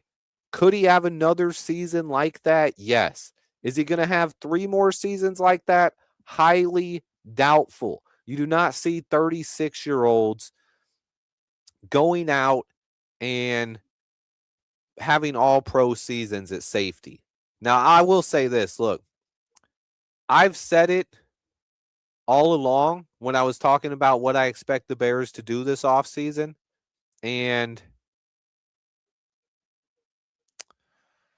I've said I really wanted Kevin Byard back. I believed it should have been a priority for the Bears, but I'm exactly with Q on this one. If I'm choosing between these two players, Kobe Bryant or Kevin Byard, I'm taking Kobe Bryant every single time because of his age, because of the upside he has going forward. He's a guy pretty easy to say here that Kobe Bryant's best football is still in front of him, whereas Kevin Byard's best football is likely in the rearview mirror. I think he probably would be our biggest contract right now in 2029. I will say this though, guys, we got to spell it right. I'm going to put it on the screen. I mean, it's already on the screen over here, but it's C-O-B-Y. C-O-B-Y for Kobe. C-O-B-Y, not K-O-B-E, not like Kobe, the basketball legend. R.I.P. to Kobe, man. You guys know I love Kobe. Same name, though. Kobe Bryant, C-O-B-Y, Chicago Bears' newest safety. I believe it's an awesome splash addition. We've been live an hour and a half already, man. Things are moving fast in Chicago here. Only one huge move so far by the Chicago Bears, but we have signed 2 players. I'd like to get an update. Man, I've seen Kobe typed. Look, it was right below that, man. I mean, you said who's saying Kobe, and someone said it right below that. I've seen it probably 50 times in chat so far. I don't know if this one's real yet, but did Linderbaum go to the Raiders? Oh, he did. Oh, man. 3-year, $80 million. I thought it was 4 years, 80. He got way more than 20 million. Oh my goodness. Oh my. That's like 26.5 million. Oh my goodness. I am glad we didn't get Linderbaum. 3 years, 81 million. That is 27 million a year. That is twice. Guys, listen to this. That is double the amount of money that we were paying Drew Dalman. Absolutely double. I don't like the repeating sixes, Eric, so I'm saying 27. I'm rounding up here. Pretty much $27 million a season for a center. Look, guys, there wasn't a single center in the NFL even making $20 million a season. And they're giving him 27? That is crazy. But another great point here. Look, if the Raiders are signing Tyler Linderbaum, does that mean Jackson Powers Johnson is available? I'm with what Kiu's saying here too. What are they doing? The Raiders have JPJ. Why are they paying $27 million? I get it. They want to bring in a center and make the offensive line better for Fernando Mendoza. Holy cow, though. I would be calling the Raiders right now and asking about JPJ. Holy cow, though, man. $27 million a year for a center? My goodness, that is crazy, guys. Crazy. I don't look, I love Linderbaum. You guys saw he was number 2 on my list as far as free agent centers. Wait, did they upgrade it? No. Yeah, he's the highest paid interior offensive lineman in NFL history. I'm glad Ryan Poles didn't make that move. Look, they could move JPJ to guard, and it makes a lot of sense. Obviously, if you got JPJ and Linderbaum, that's good. Tyler Algier going to the Cardinals. Algier's a solid backup running back. Holy cow, though. I did not want to pay $27 million a season for a center. That's crazy. I think we got to draft a center, guys. I honestly think, especially if we get the extra 3rd round pick, we got to sign a center. My goodness, though, man. That is crazy, guys. An insane amount of money going to Tyler Linderbaum. Wow. Wow, that's the first giant splash of free agency here. Let me take a couple of these moves off. I want to make another graphic to just put out the biggest moves. That one's crazy, guys. Tyler Linderbaum. My goodness. Tyler Linderbaum to the Raiders. 3 years. 4 years would have been fine. Like if it was 4 years, 81 million, I would have been okay with that because that's 20 million a season. But when you go from no center is making over 18 million, right?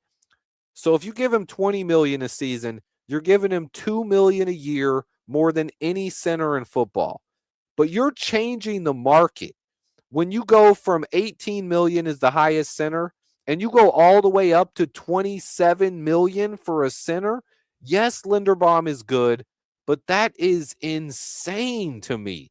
I thought the absolute, if you would have asked me a couple days ago, what is the absolute max that Linderbaum was going to get, I would have said 22 million. That's what I would have said, 22 million. I mean, our Fish King, good to see you, my man. Fishing. Listen, our safety room isn't done yet, but I love the addition of Kobe Bryant. We need another safety to go with him, though. But I love it. I think he's one of the. I said it. I would choose Kobe Bryant over Kevin Byard if you're talking about in a vacuum. Basically because he's 26 and his best football is still ahead of him. A couple of centers, I see people mentioning Jake Slaughter, Logan Jones from Iowa. I'd love to have Jackson Powers Johnson if the Raiders would really move on from him. Think the Raiders would take Bagent as a backup. I don't think the Raiders want to trade for Bagent. They're drafting Fernando Mendoza, number 1 overall. He's going to be their starter. The plan is going to be for him to start.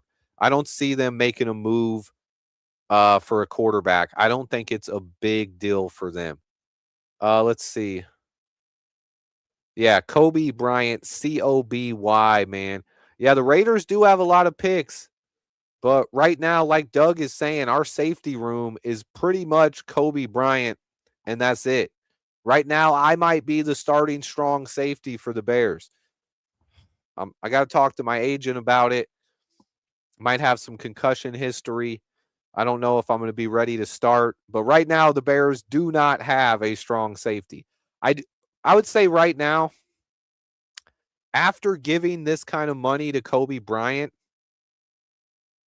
did Atlanta really sign Nick Foles? No, I think you're talking about Nick Folk. I think it was the kicker who got signed. I don't think it was Nick Foles.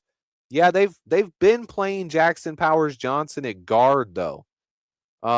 We got to see what happens with the rest of our safety room. We got to see what happens. He said Swift is taking the safety spot. Hey, if you want to go for it, man, go for it, Cam King. What the folk, he said. Swift with a 1-year deal, $2 million. Hey, they give me $2 million. I'm going to go out there and give my all, guys. You know what I'm saying? We're not going to talk about Josh Gordon. $60 million, $27 million a season for Linderbaum. That is absolutely mind-blowing to me. I think he got a little bit too much money. Let's see. That's just a lot of money. That's a huge overpay, if you ask me. Still no news on Trey Hendrickson. The Bears are probably still behind the scenes making some moves. Tyler Algier is signing with the Cardinals. The Bears have made 2 big moves here, signing a rotational defensive tackle and getting Kobe Bryant. I couldn't be happier about the Kobe Bryant move. Let's see. I just don't understand how you draft the best center prospect of the past decade and you don't play him there.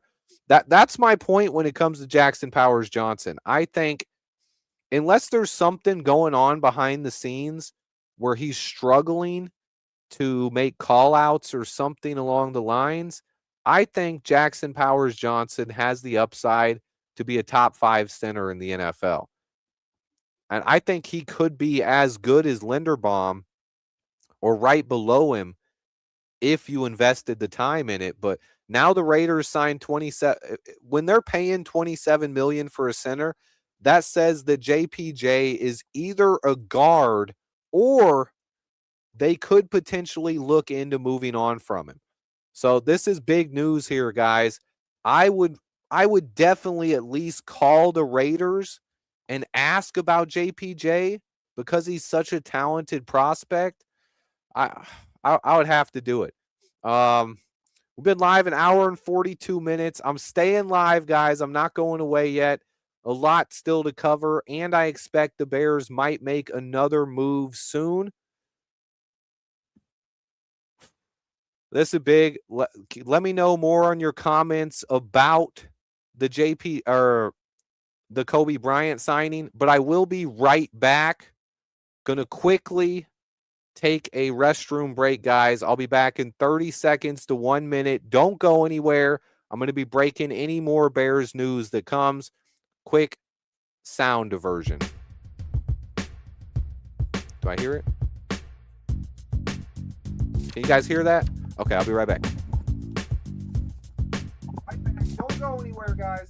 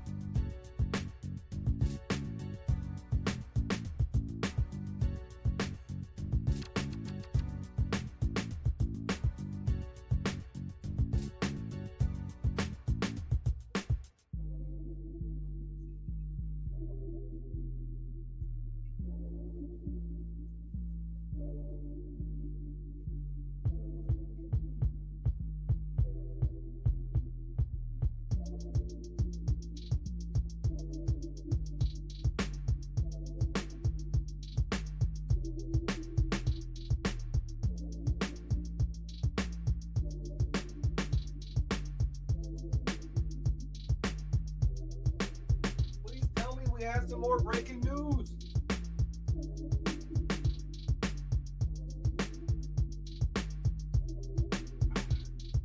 Putting on a hoodie. Ready for more breaking news. Sound is off. Some people don't like the music sometimes, so I went ahead and turned that off. But does that say 753 comments? Woo! Okay, what do we want next, guys? Yeah, I think that's pretty much where we should move into next. What is going on next after the signing of Kobe Bryant? It's a big day here, guys. Is there any chance they play? They're not playing Linderbaum at guard, but they could play. They could play JPJ. Oh, my man Ken in the building, gifting 10 Swift Sports memberships. Shout out to Ken Schaefer. Ken and Planker here, some MVPs in the building, guys. Make sure you show love to those guys. It's been a big day so far, Ken. We got most of the moves listed over here on the right side of the screen. Most of the moves that have happened so far today. There has been some big money going out for some free agents. Catching my breath here.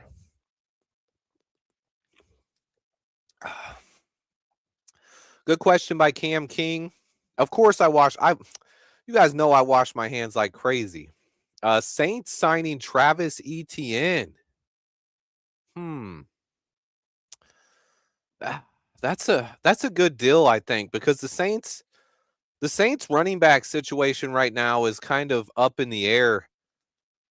Alvin Kamara is a guy who really hasn't. His career is pretty much over. Yeah, $116 million for Alec Pierce is kind of crazy as well. Travis Etienne to the Saints. Let me know when we see the money on that one. How would you compare Kobe to Miami? What do you mean Miami? I don't know what you mean by comparing Kobe to Miami. Who is Miami? Is that a player? Yeah, I think stealing, and this was the report here as well. Multiple teams, I mean, the Seahawks really wanted to bring Kobe Bryant back, but the Bears spent big money on him here. Oh, how would I compare Kobe Bryant to Minkah Fitzpatrick? Look, Minkah Fitzpatrick is a guy, I've always thought Minkah Fitzpatrick could be one of the best in football. Swift's so athletic, he was out of breath just going to the Look, I've been running every day. It's been nice out. Swift's been out there running, getting in better shape here. Okay, I'm in pretty good shape, but I've been talking. I haven't stopped talking is the issue here. My man Ken, if they played after 1980, I don't know them. I think ETN to the Saints is nice. The question I was asking, Q said, who is drafting Jeremiah Love? You never know, man. But if I'm going to compare Kobe Bryant to Minkah Fitzpatrick, Minka's a guy who has incredible upside, right? But this is now the third time he's been traded in the NFL. He was traded from the Dolphins to the Steelers, and then the Steelers traded him back to the Dolphins. And now the Dolphins are trading him in the division to the Jets. So I think there's something missing when it comes to Minkah Fitzpatrick, whereas Kobe Bryant was just one of the better players on the defense for the best Super Bowl winning defense we've seen in a couple of years. I think you got to give a lot of love to Kobe Bryant. I think it was a huge signing for the Bears. I believe this really helps us shape our secondary. He's just 26 years old. He's a guy who he loves to peanut punch and knock the ball out. He has 7 interceptions, 7 forced fumbles, and he's a really good tackler. He's pretty much the leader of this secondary right now. Titans signing Wan'Dale Robinson. Okay. Wan'Dale Robinson to the Titans. I'm still looking for the money. Q, let me know if you see the money on Travis Etienne. That's one I gotta put in here. I'm still kind of flabbergasted. I don't know what to say about the amount of money that was given to Tyler Linderbaum. I do think Tyler Linderbaum is a stud, but man, Wan'Dale got 4 for 70. Whew, that's a lot too. I don't know if Wan'Dale's worth that, and that's why I said I had a couple people ask if Wan'Dale was a fit and why I didn't put him on my free agent ranking list. It's because I always thought he was going to get way too much money. And that's too much money if you ask me for Wan'Dale Robinson. See if we got any upgrade. Oh my god. Here we go, guys. This is the stat. Kobe Bryant has allowed the second lowest passer rating in the entire NFL. He allowed the second lowest passer rating of any safety in football. Number 1 was the Jags, Antonio Johnson. Number 2 was Kobe Bryant, allowing just a 51.4 passer rating when targeted. Third was Kalen Bullock for the Texans, another stud. Fourth was Jesse Bates, and fifth was the Packers' Xavier McKinney. But that's huge right there. Absolute stud. Kobe Bryant, baby. What a move. It's a huge move here, guys. I'll talk about that. I'll talk about Kobe a little bit more. I'm obviously going to make a video on Kobe Bryant, but that's huge. Kyrus Tonga, the former Bear, signs with the Chiefs. I always liked Kyrus Tonga. He was always good as a nose tackle, and he's going to make a little bit of money after what he did this year. Another shout out to my man Ken. Let's see here. Yeah, 3-year, $40 million deal. He's awesome. He could play both safety spots. That's something I talked about a little bit, Larry.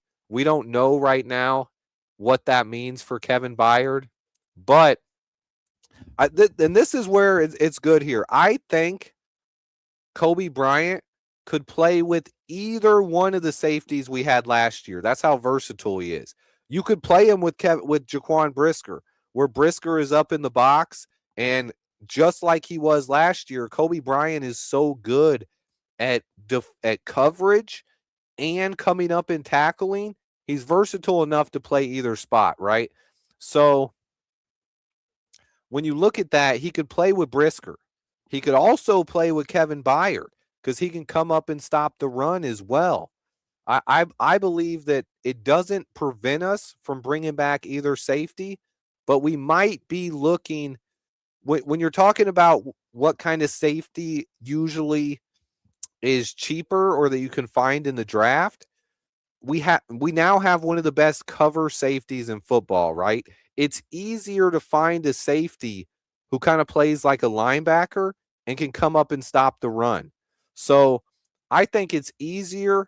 We could also be looking for a little bit of a deal here and value shopping, or we can draft somebody. There's a couple safeties that are really good at coming up and playing the run in this year's draft. 4 years, $52 million for ETN. Woo! I just traded for ETN in one of my fantasy leagues. It's a dynasty league where you keep all your players. I was hoping he went to a good place. But yeah, that most likely means Alvin Kamara is gone. I wonder if Bears fans are going to talk about wanting to bring him in. Kamara is obviously a solid player, but he's another one of those guys where his best football is behind him. Panthers paying $120 million for a guy who's never had double-digit sacks. Yeah, that's crazy. Oh, wow. Kyrus Tonga cashed in, though.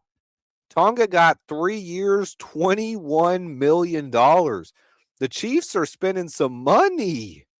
My goodness. Yeah, Tonga got paid, man. That's a lot of money right there. Yeah, Joey Bosa. This is one thing I've talked about a little bit with the edge rushers this year. Maybe we don't get Trey Hendrickson, but there's still a lot of edge rushers out there, and one or two of them are going to end up signing value deals. So maybe Ryan Poles' plan here with the edge rushers is to be patient and kind of wait and see if he can get a guy at a deal. No, I don't like this at all, set free. Not trying. When you have a safety that's that good in coverage, you want to keep him playing safety. You know what I mean? He's one of the best safeties in football. You don't move him to a different position. My man Eric now, he's going to one-up Ken and give 20 memberships. You guys are crazy. Boom, boom, boom. My man Eric, thank you so much, Eric. Enjoy the memberships if you got one. Be sure to thank Ken and Eric for dropping some memberships out here. My goodness. No, Wait a minute. Is this real? I don't know who Greg Gallimore is, Levante. It sounds like one of those fake accounts on Twitter, but are teams really offering Mike Evans more than $27 million a year? None but love, Eric, man. None but love, my guy. Eric and Ken coming through today, celebrating free agency in a big way. My guys, gotta shout them out. None but love. That is a lot of money for Mike Evans, though. I don't know if I believe it, but seeing that Alec Pierce got that kind of money, look, if Alec Pierce is getting that kind of money, you gotta say that a guy like Mike Evans is worth it too, but his career is almost over. Hey, Terrence, you got to hit me up on Twitter or something, man. I'd love to have some more guests and bring some people on to talk at times. I don't like to bring people on without meeting with them beforehand, though, simply because I got to know what kind of energy you're bringing on the show and stuff like that. I can't bring someone on and they just start going crazy and cussing and getting mad and stuff. But I'd love it. He's a Bucks reporter. Okay. Thank you, Q. That's big news. If Mike Evans, I could believe it. Mike Evans is worth it. He works for Fox. Okay. Could we bring back Brisker, and what would a contract look like? Good question by Alex Hernandez here. I think at this point, Brisker probably, don't be smirking at everyone. I think Brisker probably wants a similar type deal that Kobe Bryant got. I think Brisker's agent is going to be looking for something like a 3-year, $40 million deal. Is a team going to offer him that is the biggest question. Because that's kind of where his market at. It's set. His market is determined by what other teams are offering him. So I need to hear that the Bears at least offered him a team-friendly contract and he declined. I think that's very possible. I don't know if we'll hear that right away right now, though. My Twitter, I'll post my Twitter, and I'm at Swifty Network on Twitter. Bears are leading. Yeah, I saw that this morning. Look, guys, don't believe that stuff at all. Those odds are, I don't know who sets those odds, but I think it's by people who want to make some money. You know what I mean? They make a lot of money off fans betting stuff that's never going to happen.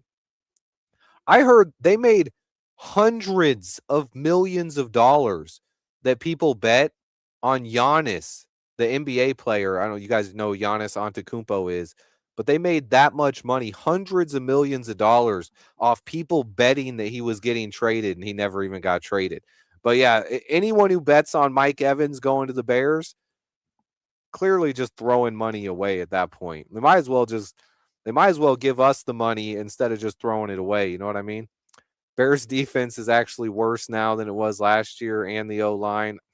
Man, we have been in free agency for 2 hours now, and the draft is still 7 weeks away. Calm down, man. Yeah, y'all met with me, but I said I cussed too much to be on the show. Hey, Q. Hey, we could get it done, man. Listen, when I used to stream on Twitch, I couldn't go 5 minutes without cussing, but I try to be a little bit more family friendly here. You never know who's going to be listening to you. Sometimes I know there's a lot of Bears content creators out there. There's a couple that I know for sure that like to just scream and get mad and say every cuss word in the book every time something happens. I try to be a little bit more friendly here. I try to focus more on the information at hand and not keep my emotions out of it. Obviously, I'm going to tell you guys how I feel about everything, but I try to do it in a better way that is hopefully easier to listen to as well. I see a lot of Jalen Carter talk in the chat. Looks like we got a no Jalen Carter chant happening here. Marcel, Gator Bite, and Levante all saying no Jalen Carter. No Jalen Carter. I don't know what's going on with that. But Poles goes cheap in free agency this is, you got to question the people that hate on Poles, okay?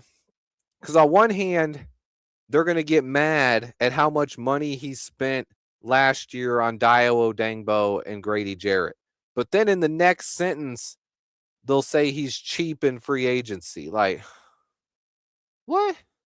You can't contradict yourself like that. That just makes you sound like you don't know what you're talking about. Would we get comp? Here's the way the comp pick formula works. If anybody doesn't know, okay?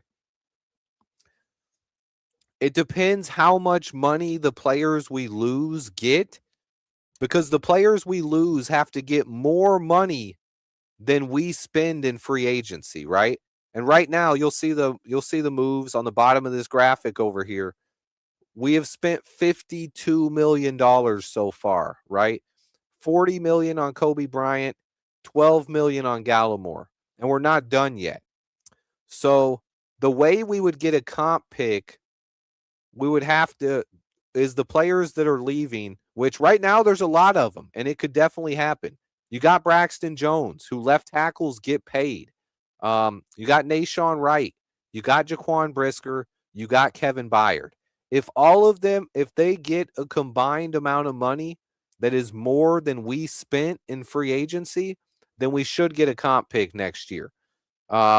Really comes down to how aggressive Poles is. And really the one guy on that list that would need to get a big contract to help that out is Nashawn Wright. If Nashawn Wright ends up getting a big money deal, and so far I haven't heard anything on Nashawn Wright. No movement yet on that. But if Nashawn Wright ends up getting a big deal, I think it is very possible we could get a comp pick from that. That comes down to what, I mean, I see Lieutenant Traveler, he says he doesn't see it happening. It really comes down to what happens the rest of the way. But here's another thing that could happen here. If we sign players that were cut by their former team, then they do not factor into the comp formula. So one guy we could sign to really help us out in that category, Jonathan Allen, defensive tackle, or Bradley Chubb. My guy, Ken, coming through again. Don't bet. Swifty is an investment that is worth more bang for your buck. Come on, Ken. You're making me blush out here. Calm down with it. Yeah, but we could sign a guy like Bradley Chubb. None but love, my man, Ken. I love you, man. Jalen Naylor got $11.5 million a year. I would have liked him for like $5 to $6 million. I gotta say one thing about Dio Odangbo, because fans tear him apart. Listen, with Dio, the plan when we signed Dio was to let him move inside to defensive tackle on passing downs. We never got to see that because Dio and Austin Booker, they were never on the field together. So that's one thing we need to see. I don't understand the obsession with wanting to move our cornerbacks to safety. You guys saw how bad our cornerback room got hurt last year. At one point in time, Nashawn Wright was our only healthy corner. JJ was out. Tyreek was out. Kyler Gordon was out. Terrell Smith missed the whole year. Zay Frazier missed the whole year. I don't think you want to move any of your cornerbacks to safety. I think we just need to get another safety. You also never know how a guy is going to be learning a new position. But no, I'm not moving any of our cornerbacks to safety. I don't understand that. Eric, you're crazy, man. Stop it. Swifty, the only reason we're moving cornerbacks to safety is because we have only one safety. Yeah, but then you create a hole at cornerback. You got to get a safety or a cornerback now anyway. One thing that people aren't considering here, safeties are cheaper than cornerbacks. Cornerbacks cost more money. So why would you move a cornerback to safety? I don't. Right now, Tyreek Stevenson is a starter. He's our number 2 cornerback if the season started today. So I don't think that's happening. Just got here. Do you still think we'll re-sign Byard? I would say the odds are 20 to 25% right now. Definitely not. I don't think it's high likelihood that we could sign Byard. I think we pretty much chose Kobe Bryant over Kevin Byard. We basically said this, look, they tried to this is my thoughts on what happened here. I think they tried to re-sign Kevin Byard over the last couple of weeks. He wanted more money than we offered. And at that point, I think we pivoted.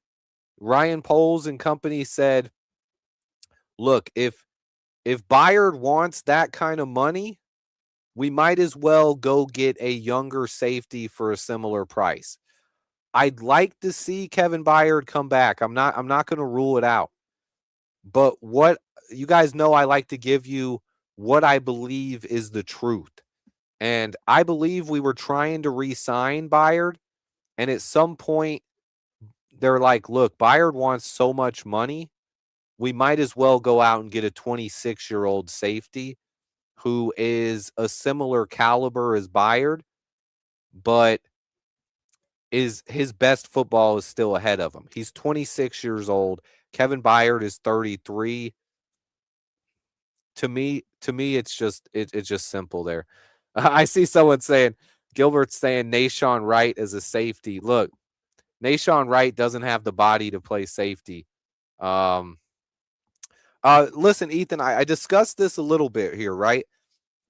Bryant, I think he's better as a free safety, but he's versatile enough he can play either spot. Now, what did he play this year with the Seahawks? A Super Bowl caliber defense that won the Super Bowl. He played free safety. The guy they drafted in round 2, Nick Amanawore, he played strong safety.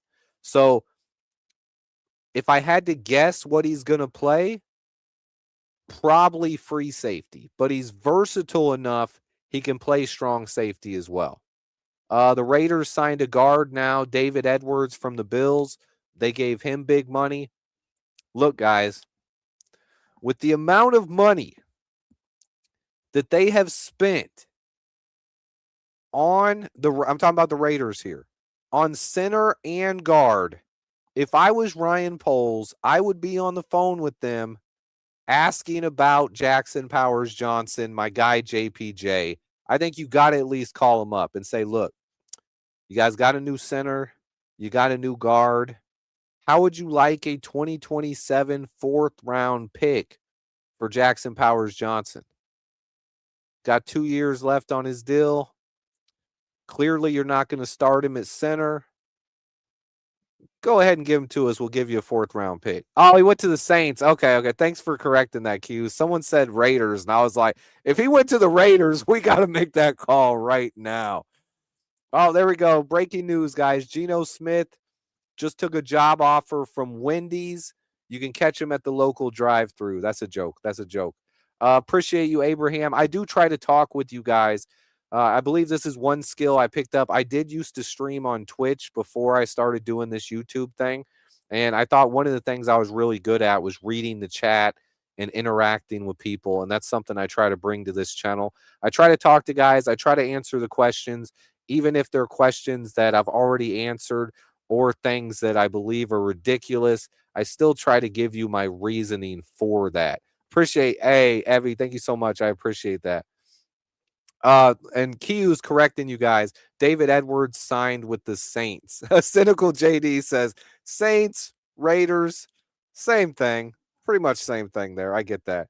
Tom Brady effect on the Raiders. I still would call the Raiders and ask about JPJ, though. That's a tough one, Toasty. Would I trade Jonah Jackson for JPJ?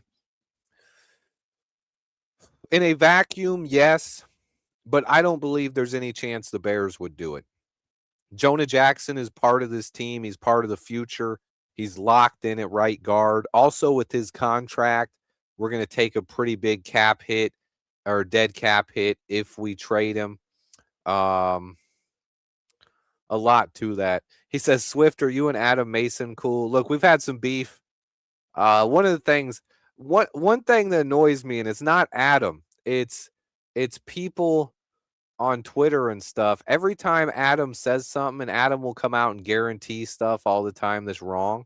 For some reason, people on Twitter think I said it and they'll start blaming me for saying things he said. But I got no problem with any Bears content creator out there. I have nothing but respect for anybody that makes Bears content, and I love it. Swift, for the record, you're much better on YouTube than you'd be at center. I would get demolished at center, okay? You guys would be hoping to bring Sam Mustipher back if I was out there at center. Ooh, I don't like that, Q. I don't like when you tell me bad news, man. He says Jeremy Fowler said the Raiders have committed to JPJ to be their guard next season. I don't like the Raiders anymore, if that's true. Is Kobe Bryant a top 10 safety? I would say, yeah, I mean, Adam started his channel. He had a couple thousand subs. I brought him on for a couple of times. And it did help his channel grow.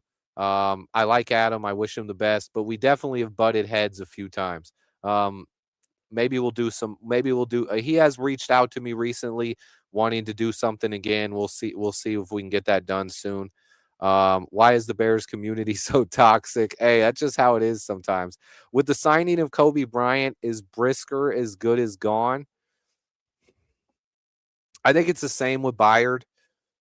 Most likely, we made our decision at safety, and that was we like Byard, we like Brisker, but we like Kobe Bryant more. I do think has the potential to be a top 10 safety. He was top 10 this year. If you're talking about who was the top 10 safeties in 2025, Kobe Bryant was in the top 10. He was up there for sure. He was awesome this year for sure. Let's see. Kobe Bryant did not lose his starting job in Seattle. I don't know where that information is coming from. Ken says to his wife, Swifty is on today for free agency. Wife, you already told me.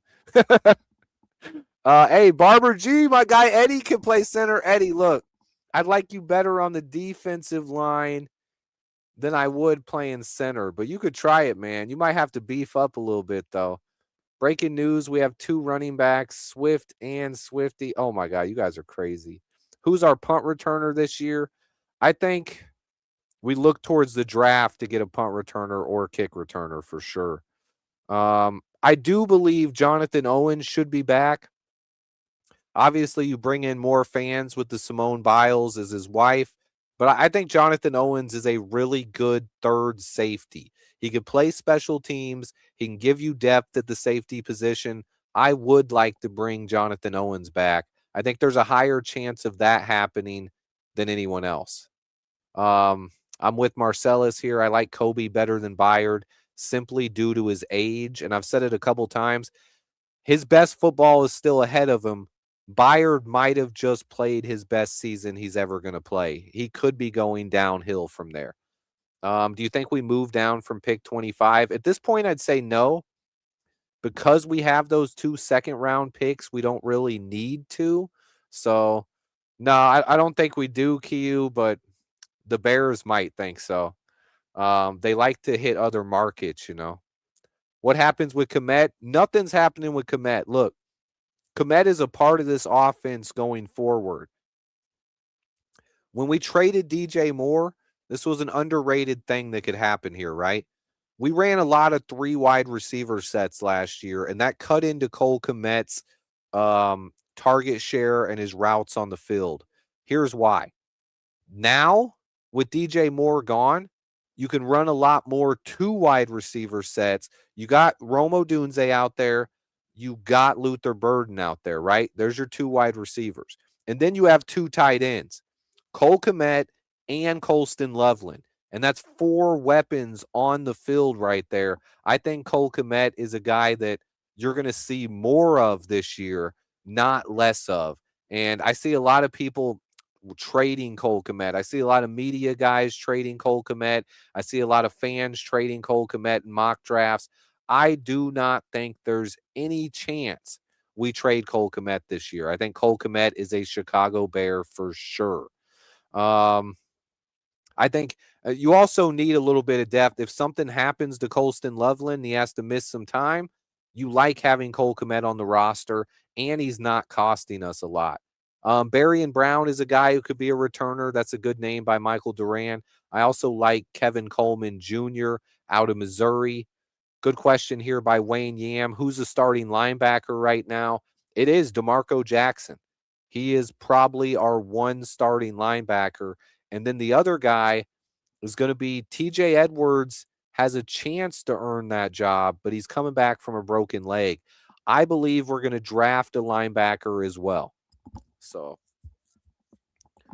13 personnel is why they're showing their draft interest in tight ends. Yeah, I think we're going to also look for another tight end in the draft.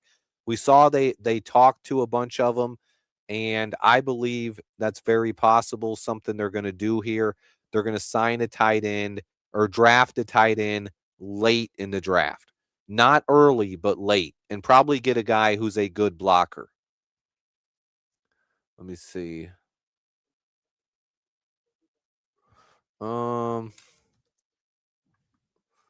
Bears moves. Other moves around the NFL.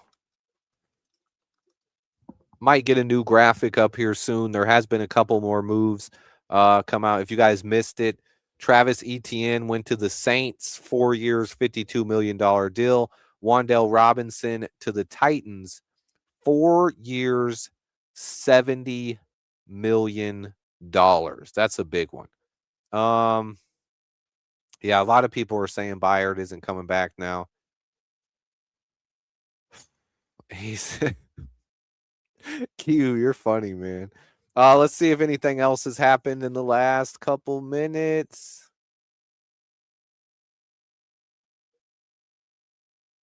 New post. Saints signed Travis Etienne.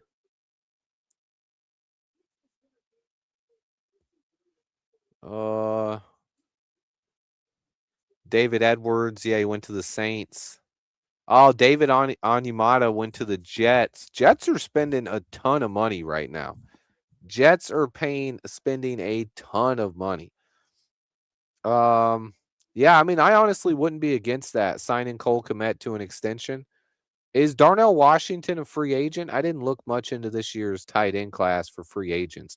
I don't think we're going to spend more money in free agency when it comes to tight end. I think we're going to draft one. Let's see.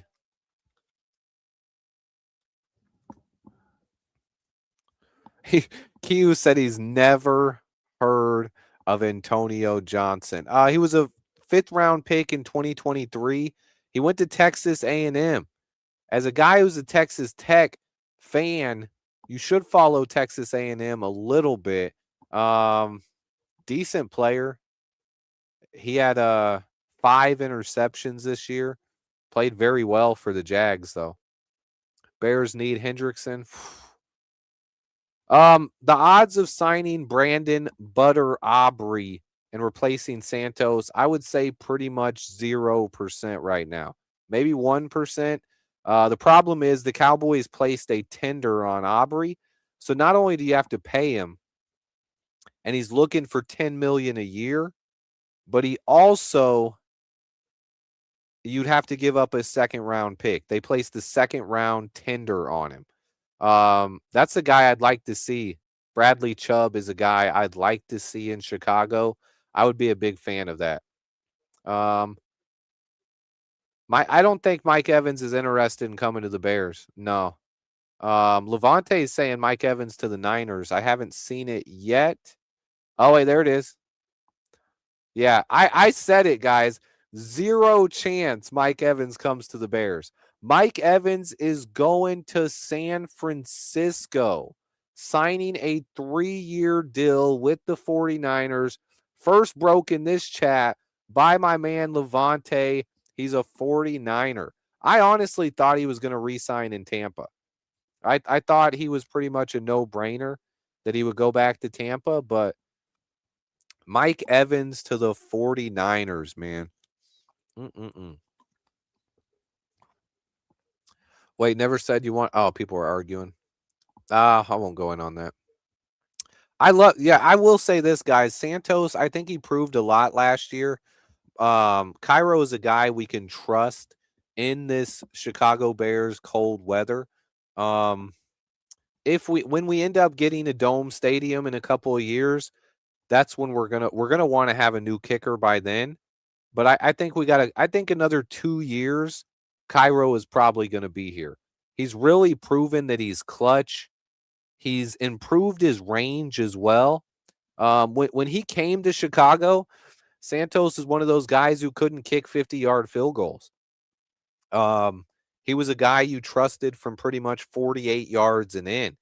But over the last couple of years, Cairo has added to his range, and you're pretty much comfortable with Cairo from about 52 yards now.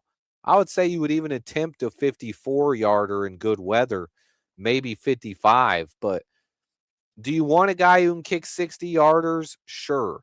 But you would take Cairo's clutchness and his accuracy over a little bit more range, I would say. He said, Swift, I'm going back to Chicago for the Bears-Jets game. I don't even know when the Bears-Jets game is going to be yet, so I can't comment on that, but you never know. I kind of do want to go to a game this year. We'll see how it works out, though. I would not mess with draft picks. Let polls cook. I'm with that. Yeah, he made a 55-yard game winner in the brisk Green Bay cold. I think you got to respect Cairo a little bit. Noah, I do not see us going out and paying for Tariq Woolen. I like Tariq Woolen. I don't see us spending that kind of money at cornerback. I think they're really hoping that Tyreek Stevenson is a guy who gets it done. Man, I can't believe that. I can't believe that, Ed. I don't know about that, but we'll see what happens. We'll see on Trey Hendrickson. I haven't seen any actual reports on anything with Trey Hendrickson. The Steelers signed cornerback Jamel Dean. I haven't seen money from Mike Evans yet either. I've seen it's a 3-year deal, but no report on the money. Let me see. Mike Evans, 12 seasons with the Bucks, man. 12 seasons with the Bucks. Yeah. Hey, CD, I was going to say it, but I'm like, man. Yeah, Q, we'll have to discuss it sometime, man. Might try to do a meetup with a couple of people if we're going to a game this year. No, you can't trust sources from that, man. No, I'm going with no. But we'll keep seeing. Deserved. We should have gave him 30. Emiliano, my guy Emiliano, you crazy, man. I'm making fun of you. Man. Now we need a linebacker who can cover. True. It's like when the Bears landed Keenan Allen 5 times too much money. Yeah, probably what it's going to be for. Look, I like Mike Evans. I'm not trying to pay him at this point in his career. I think he will be good in San Francisco. I think he can still be a number 1 receiver. Dean from Philly, the linebacker, Jacoby Dean. I like him. I do not see us spending big money at linebacker. If we're going to get a new linebacker, it'd probably be via the draft, not the one guy, especially here's where the market kind of set up and it went away from the Bears, right? There was a guy who would have made a lot of sense, right? A lot of people had us linked to Alex Anzalone, but another guy was Demario Davis. Both of those guys have played for Dennis Allen for a long time, right? And when Demario Davis got 2 years, $25 million from the Jets, $22 million, I think that pretty much said Bears aren't paying a linebacker this year. My man Emiliano, he said we should have given Linderbaum $40 million a year. Emiliano, you're my guy, bro. I tried to tell you we're not signing Linderbaum a week ago. I tried to tell him that. I know you're kidding a little bit with the $40 million a year, but I also know you really wanted him. Nah, man, $27 million a season for a center. to me is absolutely nuts. No center in NFL history had gotten more than $18 million a year, and you're telling me he's worth $9 million a season, more than every other center out there? That's basically, that's crazy, man. That's like having another starter. You could sign the second best center in football and get another starter for the same price. Yeah, Ken, I think linebacker is a need right now, but we paid DeMarco Jackson. We're already paying TJ Edwards. I think we're not going to spend any money at linebacker. I think we're going to look to the draft. When we got that extra second round pick, I think that's the money position to get a linebacker. With one of those second round picks, we can get a really good linebacker. What? Maybe I'm wrong. Did we just get a linebacker? Wait a minute. Did we completely redo the linebacker room? Listen, I'm pulling it up right now. I'm trying to find it. There it is. Oh my goodness. Chicago Bears strike again. 3 years, $30 million for Devin Bush. I like Devin Bush, guys. Oh my goodness. He was a guy, he was supposedly on the trade block a year ago, and I thought he would have been real, or when he got traded from the Steelers, I think it was 2023. So what, it's been 2.5, almost 3 years now. I liked Devin Bush. He's only 27 years old. He was a top 10 pick in the NFL draft. He's crazy athletic. He's fast. He's 5'11", 235. Devin Bush, 3 years, $30 million. Now I got to get a new graphic up. Sign linebacker Devin Bush, 3 years, $30 million. Big time move here, man. I honestly thought, I was just saying it. You guys heard me. I didn't think we were going to spend more money at linebacker. Ryan Poles said, no. We're spending money at linebacker. 3 years, $30 million for Devin Bush. Man, that's a strong move, guys. Oh, man. That really changes our linebacker room. Obviously, that says the writing is on the wall for TJ Edwards. Here's the thing. We can't really get out of TJ Edwards' contract right now. He's going to be on this team for 1 year, but that might mean he's going to come back and pretty much be the Sam linebacker here, be our third linebacker, because we have DeMarco Jackson and Devin Bush. Devin Bush, welcome to Chicago. Oh, that's a good one, man. I do now. This is where I know a lot of people love the Texas Tech linebacker Jacob Rodriguez. This might take us out of the running for Jacob Rodriguez. When you're paying Devin Bush and you're paying DeMarco Jackson, good call by Kiyu there, 4.43 40. You're talking about being faster on defense, right? Devin Bush is a guy who makes that happen instantly. I'm waiting for one thing that I'm looking for here before I update my graphic. We got Bush. We got Devin Bush, and we re-signed DeMarco Jackson this morning as well. I don't know if I've put that on. Maybe I should put that on the list instead. Bears also re-signed DeMarco Jackson. It was 2 years, $7.5 million. So a value contract for DeMarco Jackson. And we just got Devin Bush. I mean, he's got the speed to cover for sure. He's only 27 years old. He had 3 interceptions last year, 2 pick sixes last year, 125 tackles, 2 sacks, and 7 tackles for loss. He graded out better than any linebacker we had. He was playing for the Cleveland Browns. I think Bush is a really good cover linebacker. I could see that, CD. We could still draft a linebacker, but when you're paying Bush, we got Bush on a deal there, man. Pretty much about 40% the cost of what Tremaine Edmunds got. Bush is just 26 years old, guys. 26 years old. As soon as I get the number for the Mike Evans contract, I'm going to update my graphic here. I'll post a new one for you guys. Let me see if I can get Mike Evans.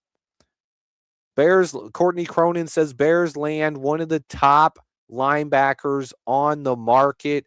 Devin Bush, 3 years, $30 million. That's big, man. That's big.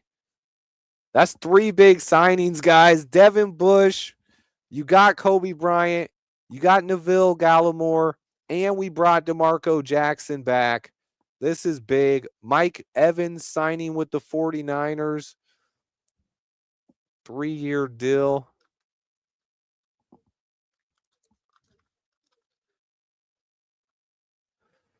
Let's see this. Oh, my man Lil Plank coming through. He says, do you think Ryan Poles is done? We might be done for today, maybe. Are we done overall yet? No. Mr. Inglewood, yes, the Lions signed a center. For anybody who missed that, it's Cade Mays, who came from the Carolina Panthers. Pretty good center going to Detroit. Devin Bush was my second rated linebacker in this year's free agency. I had, what's his name? Now I'm forgetting it.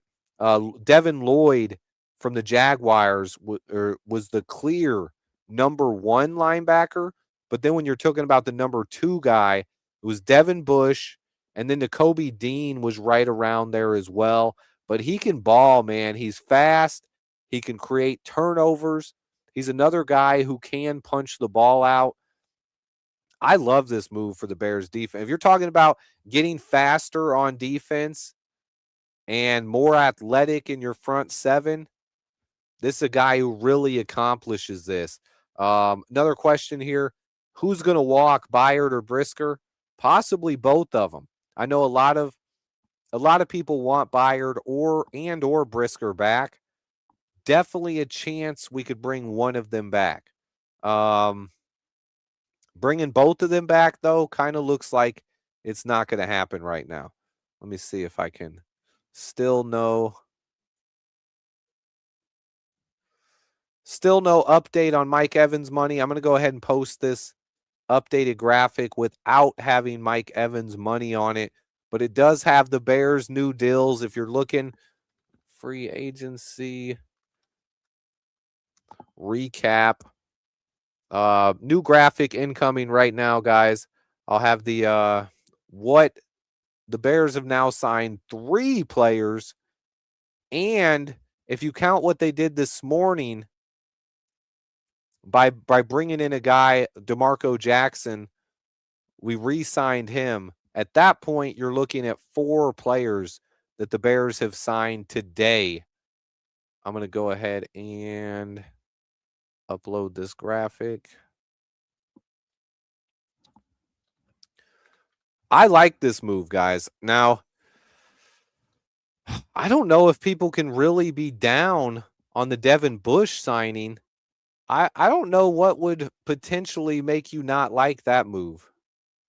I have to say it. All right, here we go, guys. Now I went ahead and put the Bears moves at the top, so that way when I highlight people's chats here, it's not going to cover up the Bears moves. Yeah, the signings so far are all about getting faster on defense, especially in the front 7. So here's a recap of what the Bears have done today, and then we have some of the bigger moves from around the NFL below that. But here we go. We signed Neville Gallimore, bulldozing defensive tackle who had the same pass rush win rate as John Franklin Myers. Very solid defensive tackle to rotate in. He'll probably be our 3rd defensive tackle to start here. Then we signed stud safety Super Bowl winning Kobe Bryant, who plays free safety, 3 years, $40 million.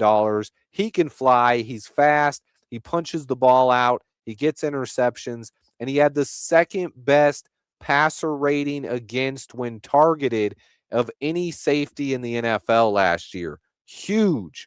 Then we signed Devin Bush, 3 years, $30 million.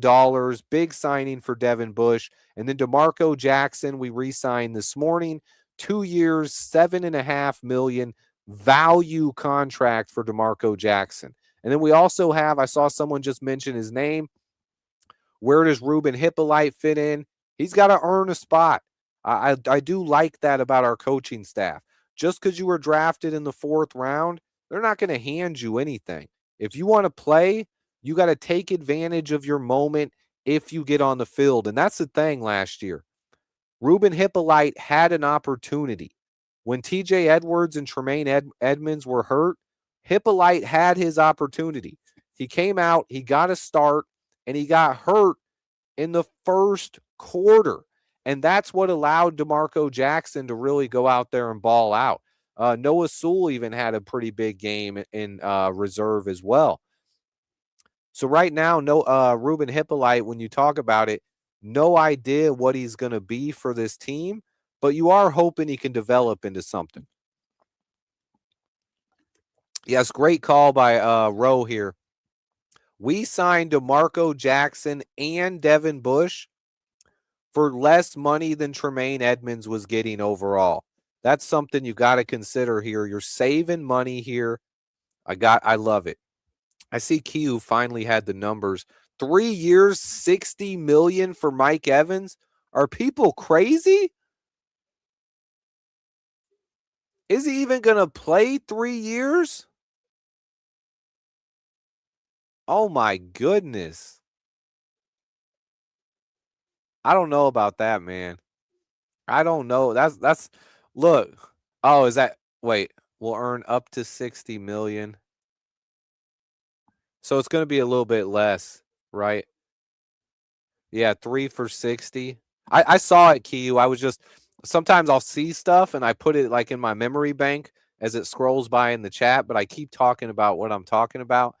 That's a lot of money right there. Kobe Bryant, meanwhile, is getting 40 million, 25.75 guaranteed. That's big.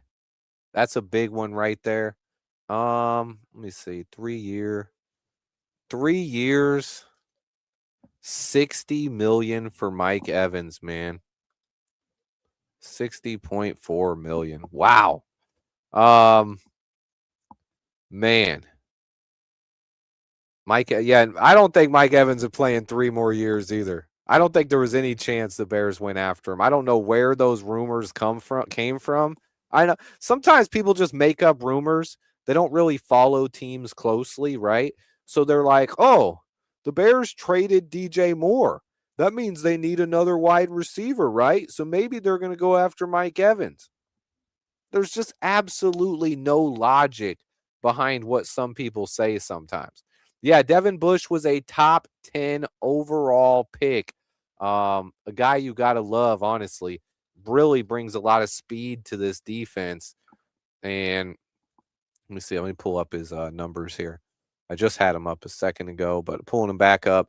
It was the 2019 draft. The Pittsburgh Steelers took him 10th overall. He's just 27 years old, played at Michigan in college, mostly plays inside linebacker. He's an off-ball linebacker, same position Tremaine Edmonds was. I think he's better against the run than Edmonds is. In coverage, I want to say he's kind of similar. So I do believe this is an upgrade from Tremaine Edmonds, and you're paying him $7 million a year less. So I think this is a smart move. You also see Tremaine Edmonds hasn't been signed yet. For all the people who are like, man, Tremaine Edmonds is going to have a huge market. You're going to be able to get a draft pick for him. I just said it, I believe. Bush is 27 years old. Devin Bush equals 27 years old. Let me put that up. Boop. I think that's a big one. So far, no news on Trey Hendrickson either. But the Bears have spent $90 million so far. Whew. Read the stats I put up for Bush. Did I miss that one? I might have missed that one, Levante. Let me see. He ran a 4.43 at the combine. 87.6 run grade defense, 87.3 in coverage, 80. Oh, no. Sorry. Overall, 87.6. Run defense, 87.3. 80.4 in coverage, 68.7 is pass rush. I'm not a big fan of PFF grades, but they're really high on Devin Bush. That's really good numbers for a linebacker right there. I saw someone say Bears do not see edge or offensive tackle as glaring needs. I don't know if that's true. Listen, the problem is you overpay for edges and offensive tackles in free agency. So the Bears might be looking to the draft for those positions. I also think the Bears are high on a guy like Theo Benedict, higher than most fans are. I think if the season started today, we would be okay with Theo Benedict as a starter. I think we have to draft another edge. I don't think we're okay at edge rusher, where I would much rather, if you had to choose which one of those positions I think we need to address on draft day, to me, it's defensive end. We have to draft an edge. We don't have to draft a left tackle. I would like us to draft a left tackle, but I don't think it's anywhere near as big of a need as defensive end is.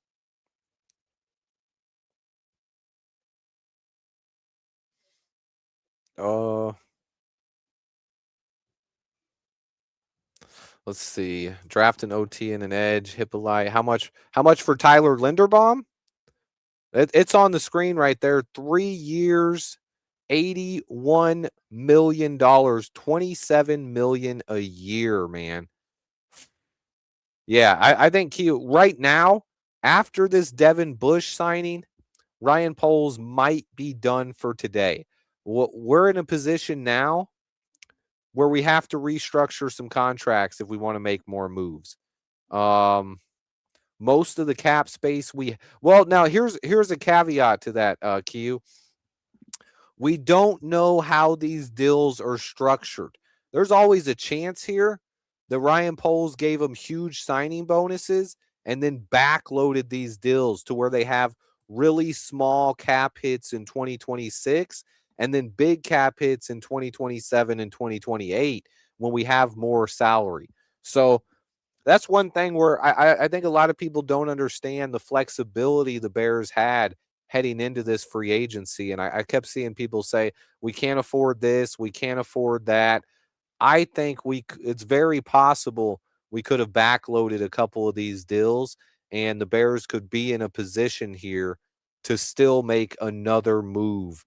But if they're going to make a big move, like people talking about Trey Hendrickson, they have to restructure a contract to get that done. We're not fitting Trey Hendrickson's salary in without restructuring Jalen Johnson and Montez Sweat at the very least. We signed a DT already. I don't know if we're going to sign another defensive tackle. When you look at it here, we got Neville Gallimore. Is he a big name defensive tackle? No. Is he a guy that's going to change our defensive line completely? No. But he is a guy who upgrades the rotation, and he's better than Andrew Billings or Chris Williams were. So our defensive tackle position has gotten better. And then our linebacker room has gotten a lot better. When you add DeMarco Jackson, you bring him back, and you add Devin Bush, that's all I'm talking about, Q. He says a lot of things sometimes. He guaranteed DJ Moore wouldn't get traded. He guaranteed Tremaine Edmonds would be on the roster. He just says stuff sometimes, and people are always like, Swift, you said this. And I'm like, No, I did not, bro. I know what I said. I could see us drafting a defensive tackle in the first round. I could see us taking a safety to pair with Kobe Bryant. I could see us taking a left tackle. I don't know if I want to draft a left tackle, but I could also see us taking an edge rusher. A Lieutenant Traveler mentions a good name here. Nick Cross. That's a potential safety who, if he gets a little bit less money, I think he'd fit really well with Kobe Bryant. But at this point, I'm not ruling out bringing back Brisker or Kevin Byard. We got to see what happens with their market, right?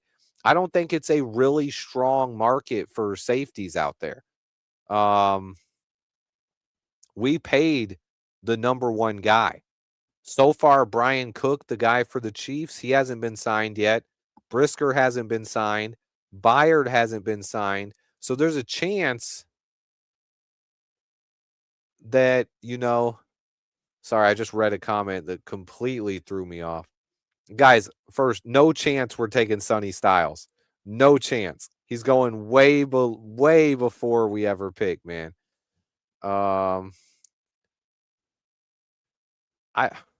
I haven't even mentioned Parker Brailsford's name. Now, I liked Parker Brailsford. I watched him when he was at Washington. I haven't really studied him much since he went to Alabama. He's always been a little bit lighter, but I do like Brailsford. Always liked him. I don't like when people don't watch me try to tell me how I feel about stuff. Couple people now have mentioned that we might have serious interest in Reed Blankenship. Wouldn't be a bad addition next to Kobe Bryant if you could get him cheap. Yeah, I don't.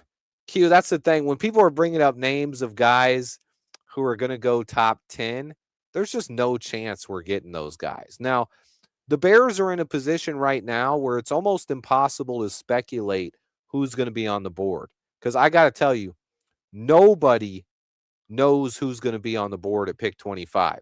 But we do know for sure that a guy like Sonny Styles is not going to be on the board. Because if he doesn't go top 5, he's going to go top 10 or top 15. But at that point, there's almost no chance he falls outside the top 15. So you're talking about a guy who's going to be way gone at least 10 picks before us. What's happening with Joe Tryon-Shoyinka? No idea. I don't expect there to be a huge market for him. He's a guy we traded for. We gave up basically nothing. He didn't really have an impact, but he was okay in limited reps. Might be a situation where we could re-sign him for a very cheap deal if he doesn't have a market. But that's not going to happen. That's not going to happen right away, right? If you're talking about getting guys on value contracts, and I'm talking like real values here, like a couple million. That doesn't happen on the first day of free agency, right? Because people want big guaranteed money, like the contracts we signed. $10 million a year for Bush, $13 million a year for Kobe Bryant, $6 million a year for Gallimore. You're not going to get a guy for $1 million or $2 million a year on the first day of free agency. They want to at least wait a week, see if they have any market, and then at that point, you might be able to get them cheap. Good name mentioned here by Larry Hunter. R. Mason Thomas is a good pass rusher who I see as a second-round pick. I wouldn't mind him. He's not one of my personal favorite when it comes to edges, but I will be watching more tape from him. After we get past the first week of free agency, that's when I really try to dig deep into the draft and watch more tape on all these guys. And our Mason Thomas is a good player who could be a second-round pick. Yeah, we talked about OZ going to the Falcons. He was one of the first signings of the day. Ian Cunningham brought him with him to Atlanta. I've seen that, Q. I've seen it. Yeah, this is a good comment by True Pilgrim here. That's one of my personal favorites at pick 25. Could we get Peter Woods? out of Clemson. Awesome defensive tackle. I think he could play 3-tech. I think he could also take on double teams. My personal favorites right now for pick 25 are Peter Woods and Caden McDonald. Someone's asking me about Caden McDonald as we say it. One of my two favorites to take at pick 25. The only thing I have against Caden McDonald is he's not much of a pass rusher. And sometimes in the NFL, when guys aren't big pass rushers and they're just nose tackles, that's a position that tends to get undervalued a little bit. So yeah, I saw that. I actually mentioned it like 10 minutes ago, Levante. I read it 25 something for guaranteed for Kobe Bryant. I had already read that. I said it out loud once, but yeah, a lot of guaranteed money for Kobe Bryant up front. The Bears really went out of their way to add Kobe Bryant to this defense. I do really like Caden McDonald. I also like Peter Woods, but I also like a couple other defensive tackles as well. I like Caleb Banks. I like Lee Hunter. I like Kristen Miller. I like Daryl Jackson from Florida State. Kiyu said, as long as we don't get Caleb Banks. I get it. I could be out on him. I like Dominique Orange. I actually like Dante Corleone out of Cincinnati as well. I think it's a very, very solid class of defensive tackles. Akeem Mesidor fits for a couple of reasons. Let me go into this a little bit. I think when you want, this is a team that wants to win now, right? A lot of times you don't want to draft a 25-year-old in the first round. But look, we're not picking in the top 10. You're talking about picking at 25. And if you're picking at 25, I think it's perfectly fine to get a guy who you pretty much know what you're going to get. And that's what Akeem Mesidor is. He's a guy who's a solid pass rusher, and he could be an instant impact. So, and then the fact that he's a little bit older, by the time his contract is up, we're already going to be paying Caleb Williams anyway. So you might want to let him go anyway. You don't really care about his age. I'm 50-50 on Caleb Banks. Look, his foot injury bothers me a little bit. I don't like drafting guys with injuries. But his athleticism and upside are things that I would buy into. And I loved what I saw from him at the combine. I think he's a guy who's very talented, very explosive, very athletic.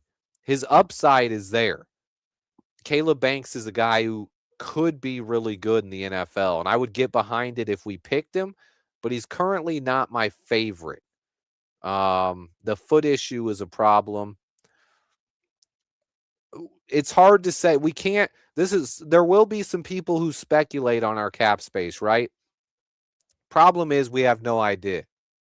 What those people do, the people that speculate, there's a lot of guys that do this, guys on YouTube, guys on Twitter, but here, look, until we know how the contract is structured, we have no idea. Because listen to this. What people do is they take like look at Neville Gallimore's contract, 2 years, $12 million. So someone's going to say, okay, so that's $6 million a year, right? And then they look at Devin Bush's contract, 3 years, $30 million. Okay, that's $10 million a season. We have no idea if that's how the contract is structured, though. Just because a guy is getting $30 million, he could be getting $5 million his first season and then 12.5 the next two. So we don't know how it's structured. So we can't really tell until we get the full details on that.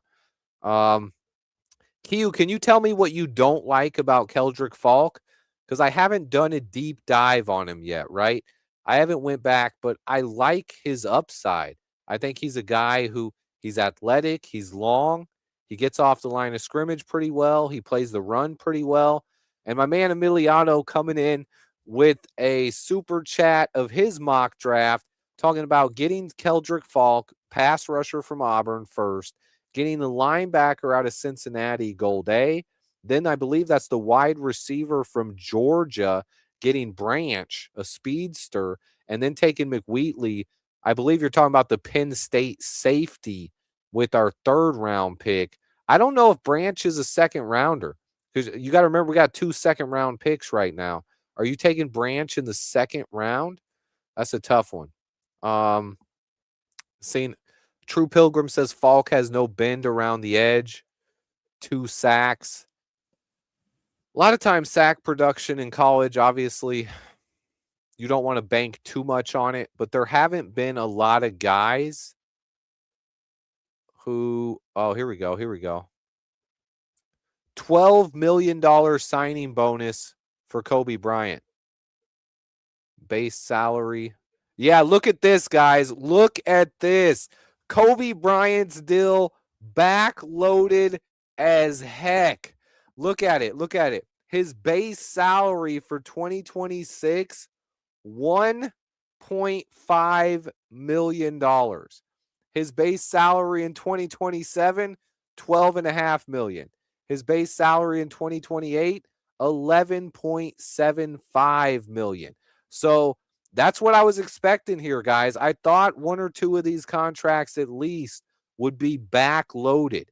And then the signing bonus, you can spread out. So not a big cap hit this year. That was just tweeted out by Courtney Cronin. Shout out to Courtney Cronin and Levante for providing that information on Kobe Bryant's contract there. That's a backloaded deal, guys. So that's something, not a big cap hit for Kobe Bryant. Ryan Poles backloading. Yes, sir. That's what I've been hoping for, honestly.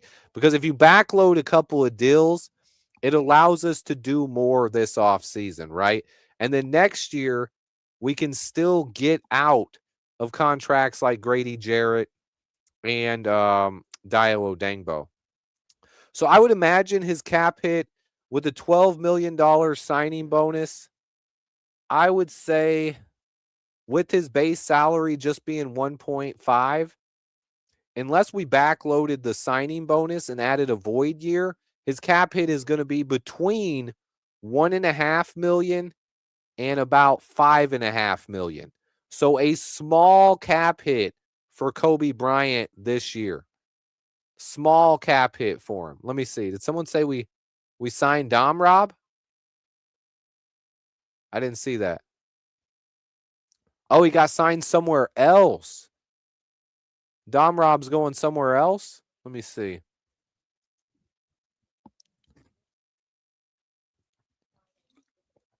I haven't seen it yet. I'm looking for it.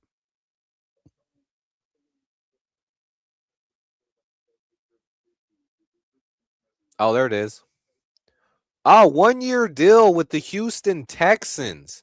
Up to $4 million. Good for Dom Rob. Good for Dom Rob. I like Dominique Robinson. I think he's a guy. Ryan Poles has tried to develop him throughout his entire rookie contract. He had that one big sack where he just exploded off the line of scrimmage, got into the backfield and sacked Stafford. But honestly, he hasn't developed like we hoped. They've put a lot of work into him, and I just think he just never got to where he needed to be. So I'm okay giving that $4 million somewhere else. But good for Dom Rob. He's a guy who, like most former Bears, I'm going to root for him. I'm going to wish him nothing but the best. But good job on that. Let's see. All right, here we go. Breakdown from Levante on Gallimore's deal here. 2 years, $10 million, $5 million guaranteed, $3 million signing bonus. Salary just $2 million this year, 3.375 next year. Kind of crazy there. Another slightly backloaded.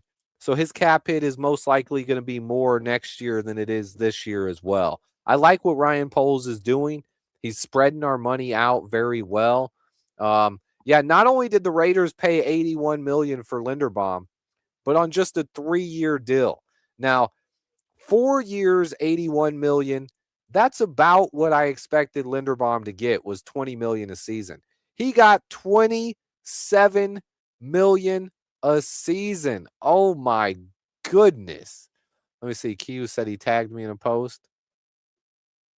Oh, Dio Odengbo. Dio tweeted it out. He's happy. He said he's motivated. Chicago. Dio's happy. He probably likes the Devin Bush signing. Gotta like having Kobe Bryant as well.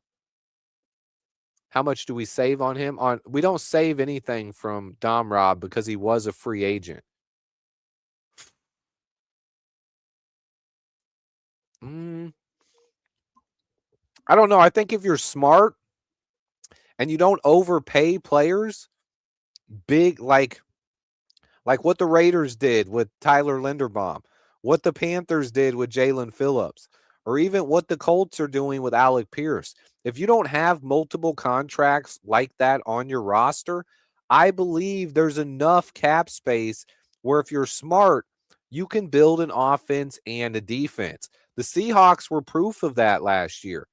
They had a pretty solid offense built around Jackson Smith and Jigba on offense, Kenneth Walker, Sam Darnold at quarterback, and then you had guys on defense, a very talented defense.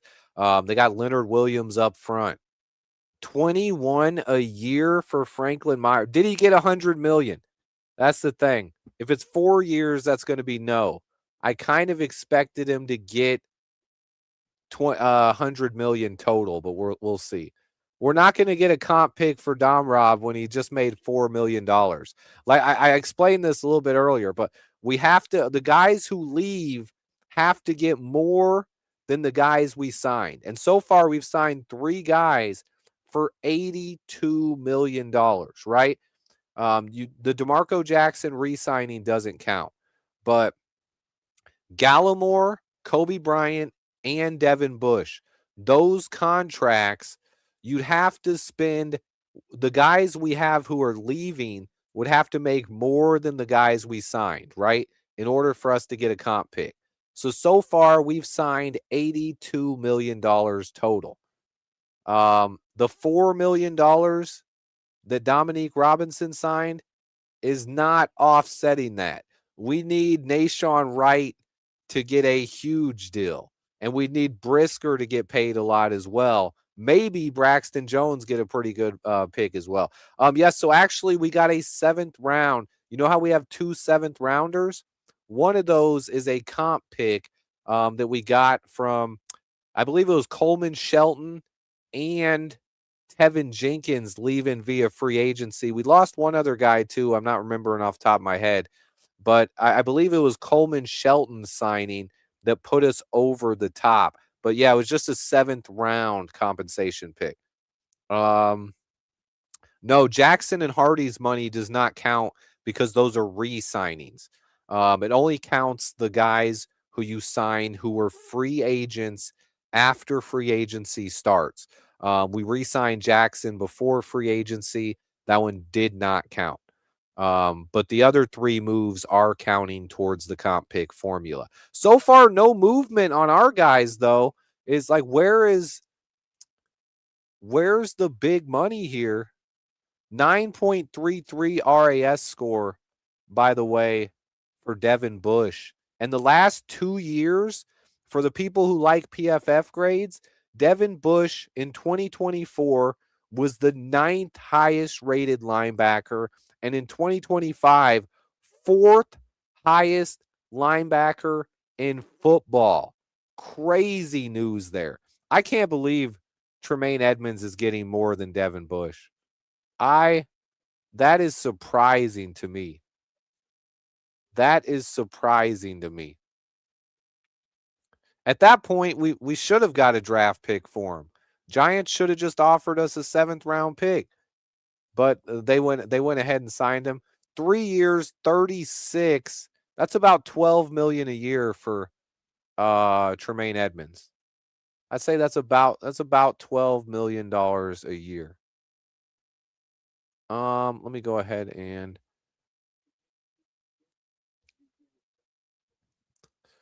let's see. $60 million for Mike Evans. Wow. 3 years. $60 million. Tremaine Edmonds to the Giants. They were right that the Giants had interest in him, though. That was one thing we did hear. Oh, Titans are signing Arden Key to a 2-year deal worth $20 million. I like that. I like Arden Key. John Franklin Myers, 3 years. Man. Some big moves going down right now, guys. The Bears could be done here. Yeah, I think Edmonds getting more than Devin Bush is kind of crazy. $12 million a season. You're paying $2 million more than for Devin Bush, who has been a better player and been healthier. I think that's questionable. 3-year, 36 for Tremaine Edmonds. 36 million. Mike Evans got 60 million. John Franklin Myers is getting 3-year. That's honestly not bad for John Franklin Myers. I might have been in on that one. I thought he was going to get more than that. Oh, the NFL Network is talking about the Bears right now. Is that Stacey Dell's talking about us right now?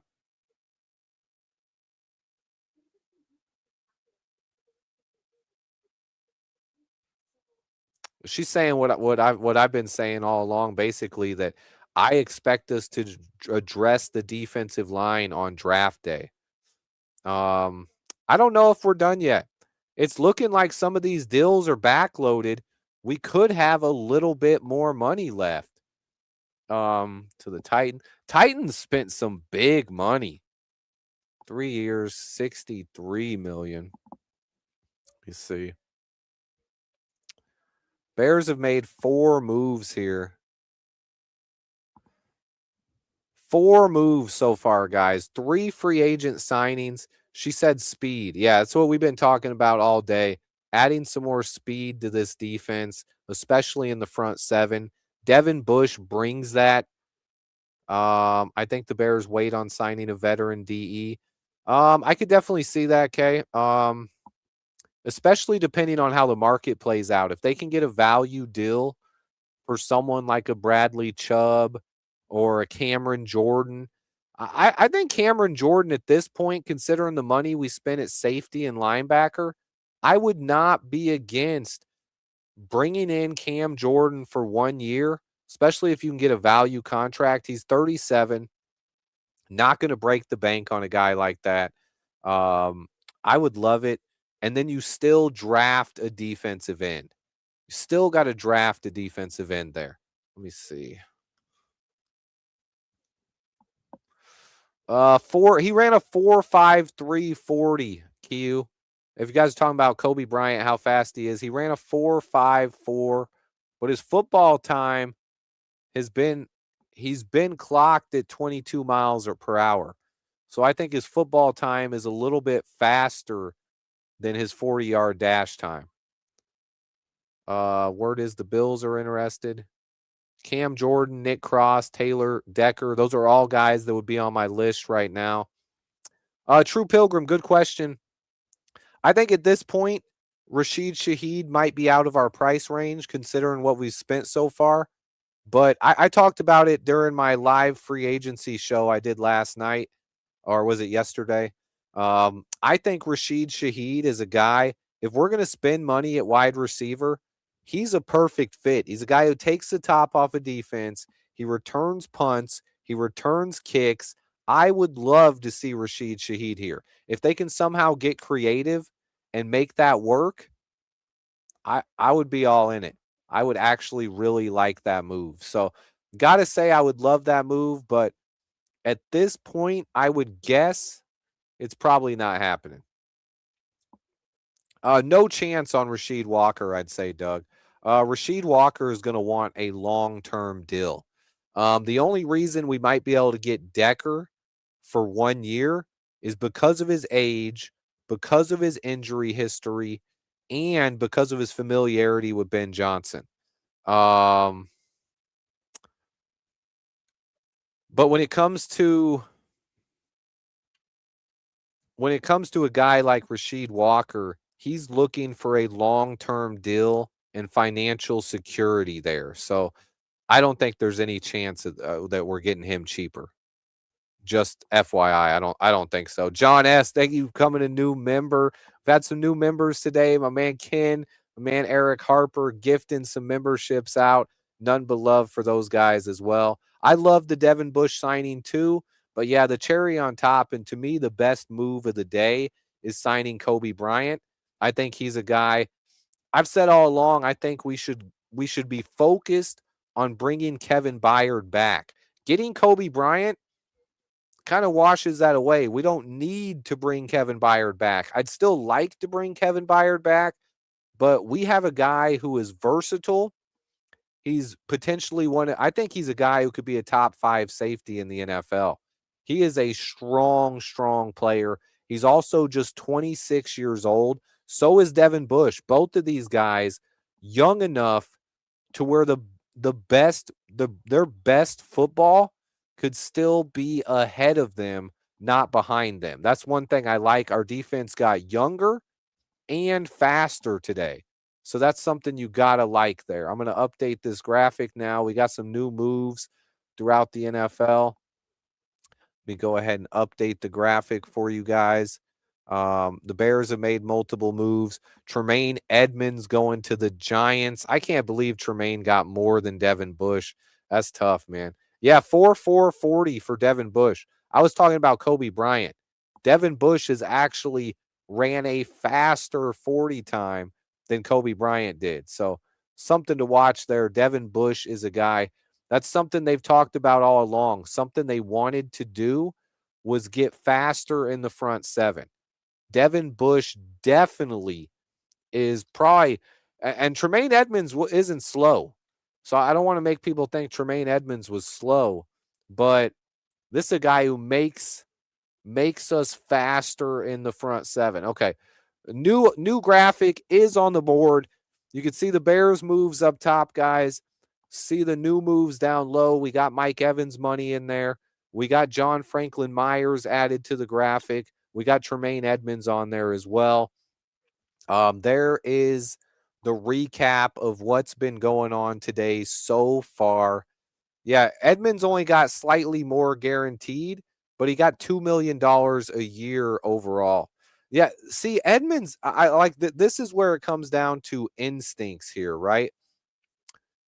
Edmonds is fast when he's running in a straight line, but Tremaine Edmonds' sideline to sideline speed, he hesitated too much, and he often looked like he was running in quicksand, and he wasn't very fast.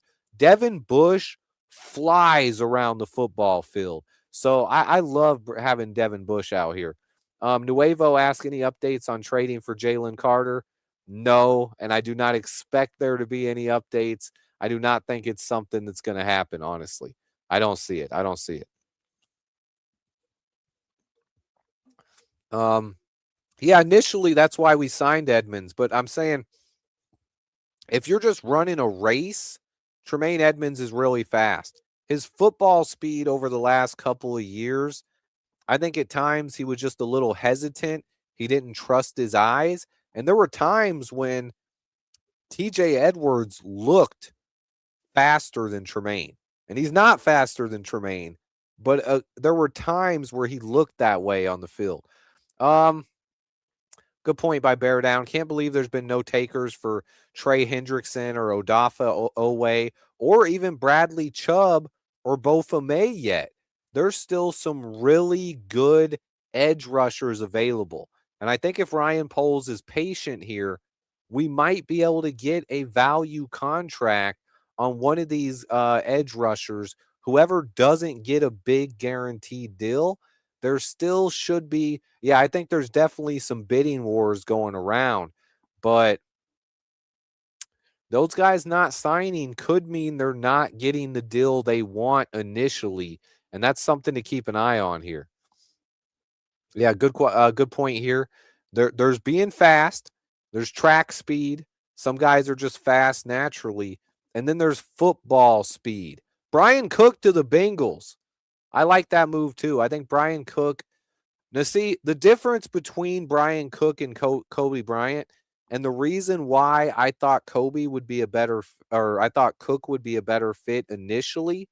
Someone's saying Bengals sign Cook. No, I think Bengals are signing the Chiefs safety, Brian Cook. Brian Cook is better in the box, right? If we would have brought Byard back, I think Cook would have been the better fit. But if you're moving on from Byard, Kobe Bryant is the guy to go after, and that's who he signed. So I think that's bad news for people who want to bring Kevin Byard back. I hate to say it, but that's how I honestly feel in the situation. If I had to guess right now, I'd say there's slightly higher probability here that we bring back Briskard instead of Byard, just due to how he fits with Kobe Bryant. The people talking about Tyreek Hill, he's not healthy. It's impossible to speculate on Tyreek Hill.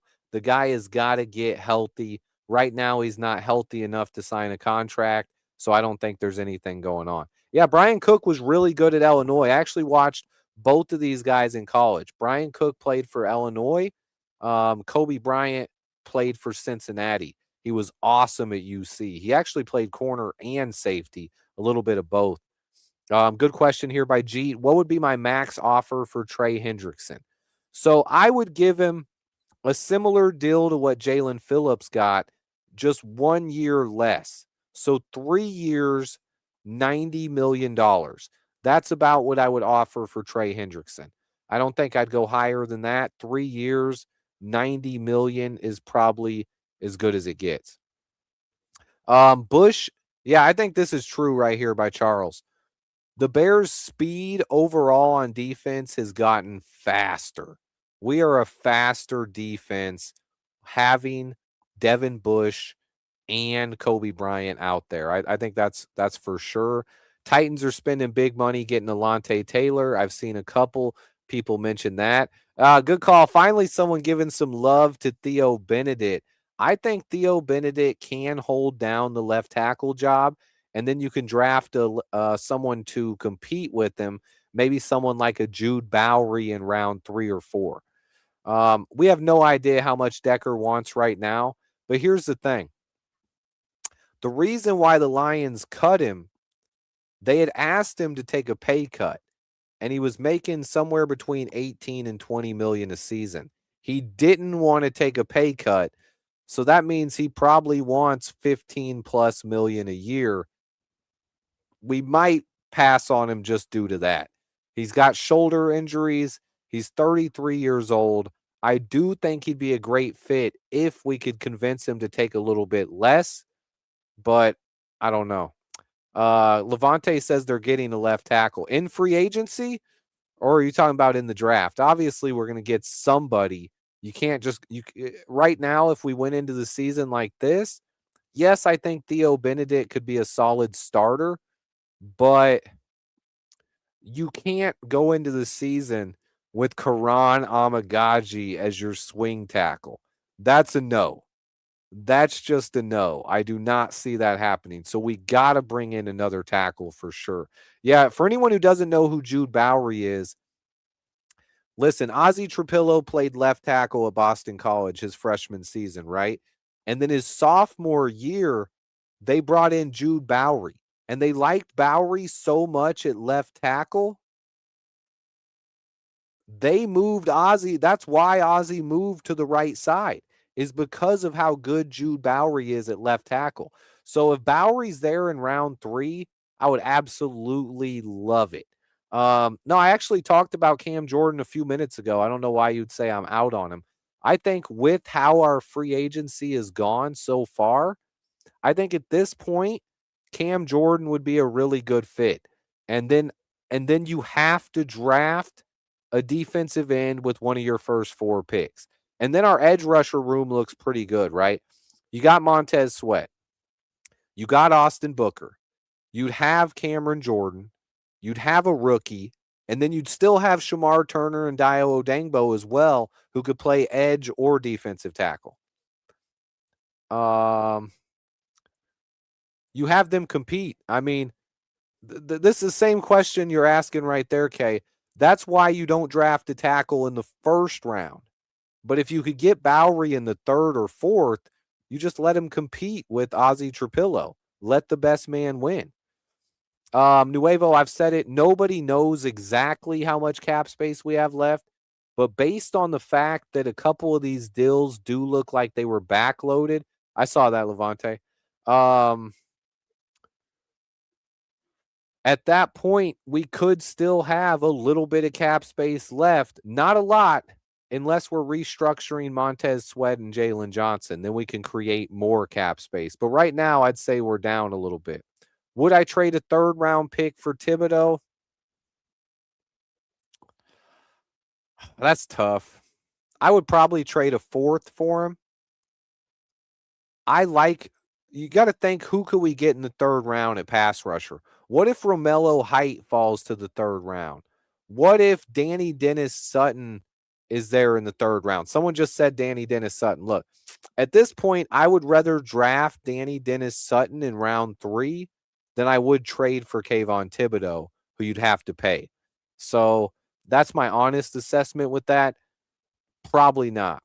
Are we set at cornerback?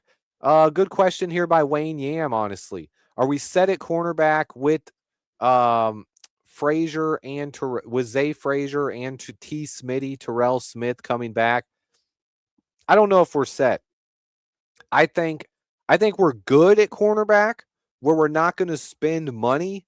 I don't see us signing a free agent cornerback, but I do see us drafting another cornerback, someone that, because we got Al Harris still, right?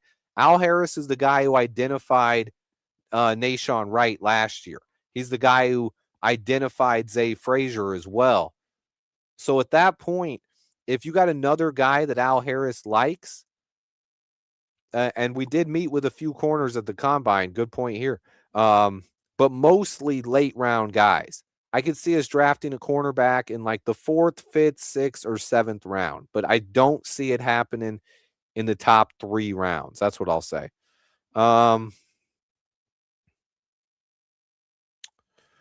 What else would I go on?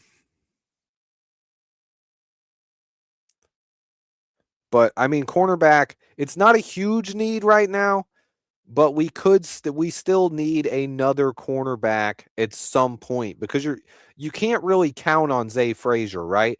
Zay Frazier's a guy who we drafted last year because Al Harris liked him. And Al Harris might still like him, but considering he never showed up for training camp, you can't count on him going into the year. So you're hoping you get something out of him, but you can't count on him for sure.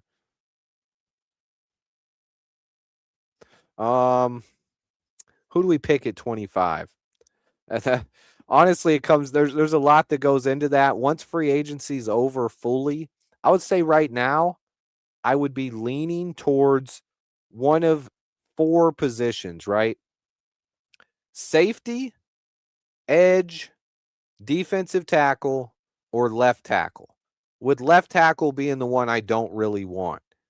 But if you could get, probably my favorites there, a defensive tackle, it's Peter Woods and Caden McDonald. Those are my top 2 options. It's safety, it'd be Emmanuel McNeil Warren, the safety from Toledo. If you could pair him with Kobe Bryant, suddenly that safety room is awesome. I also like Kristen Miller. That's another good name you mentioned there.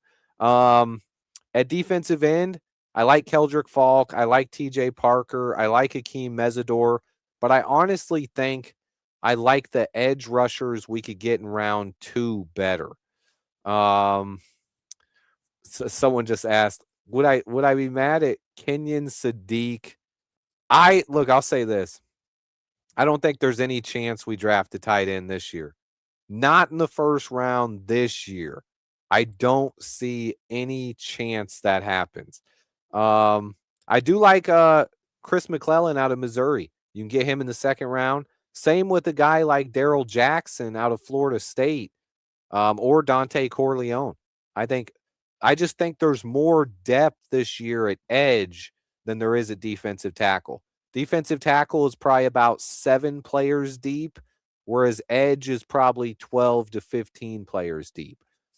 What about putting your 2 second rounders together for another first? I don't know if this is a great year to do that. Some of the players who are going to be there in round 2 could be as good as the guys we're getting at the end of the first round. It kind of depends on the range. I would like to move up a little bit from pick 60. I would rather trade a sixth, or I'm sorry, a third, or maybe a second and a third, and move up with one of our second round picks, where you can go up from like 60 to the 35 to 45 range. But I don't want to give up both second round picks, because like you'll see, both second round picks would get us to about pick 32. I'm not a big fan of that. I love Zion Young. I love Derek Moore. There's a lot of talent at edge rusher this year. A lot of those guys. Malachi Lawrence is another one. Romello Height. There's a lot of edge rushers out there.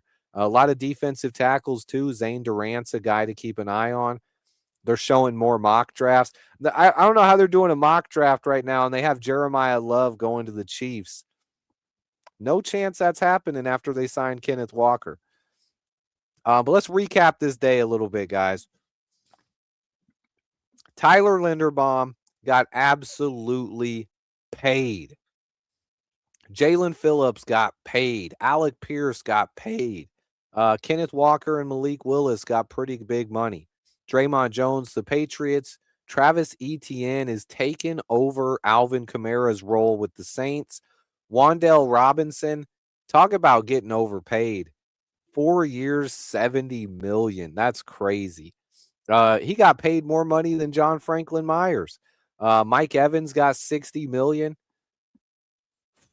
Tremaine Edmonds only got $6 million total more than Devin Bush, but I see how people don't like Zion Young, but I think he's a perfect fit for Dennis Allen's defense. I think he plays great here.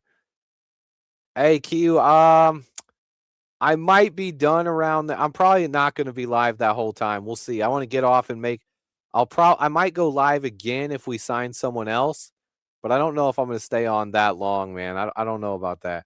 I don't want to know. I could see that. And this is why, as much as I like Caden McDonald, I don't know about drafting a nose tackle at 25. But I do. He's 21 years old, and he has that upside as a pass rusher, so that's tough there. No word on Nahshon Wright yet. I haven't seen Nahshon Wright's name even mentioned so far today. So that obviously got some questions there. What's going on with Nahshon Wright? No idea yet. Maybe his market isn't what he thought it would, but so far no updates on him. Bears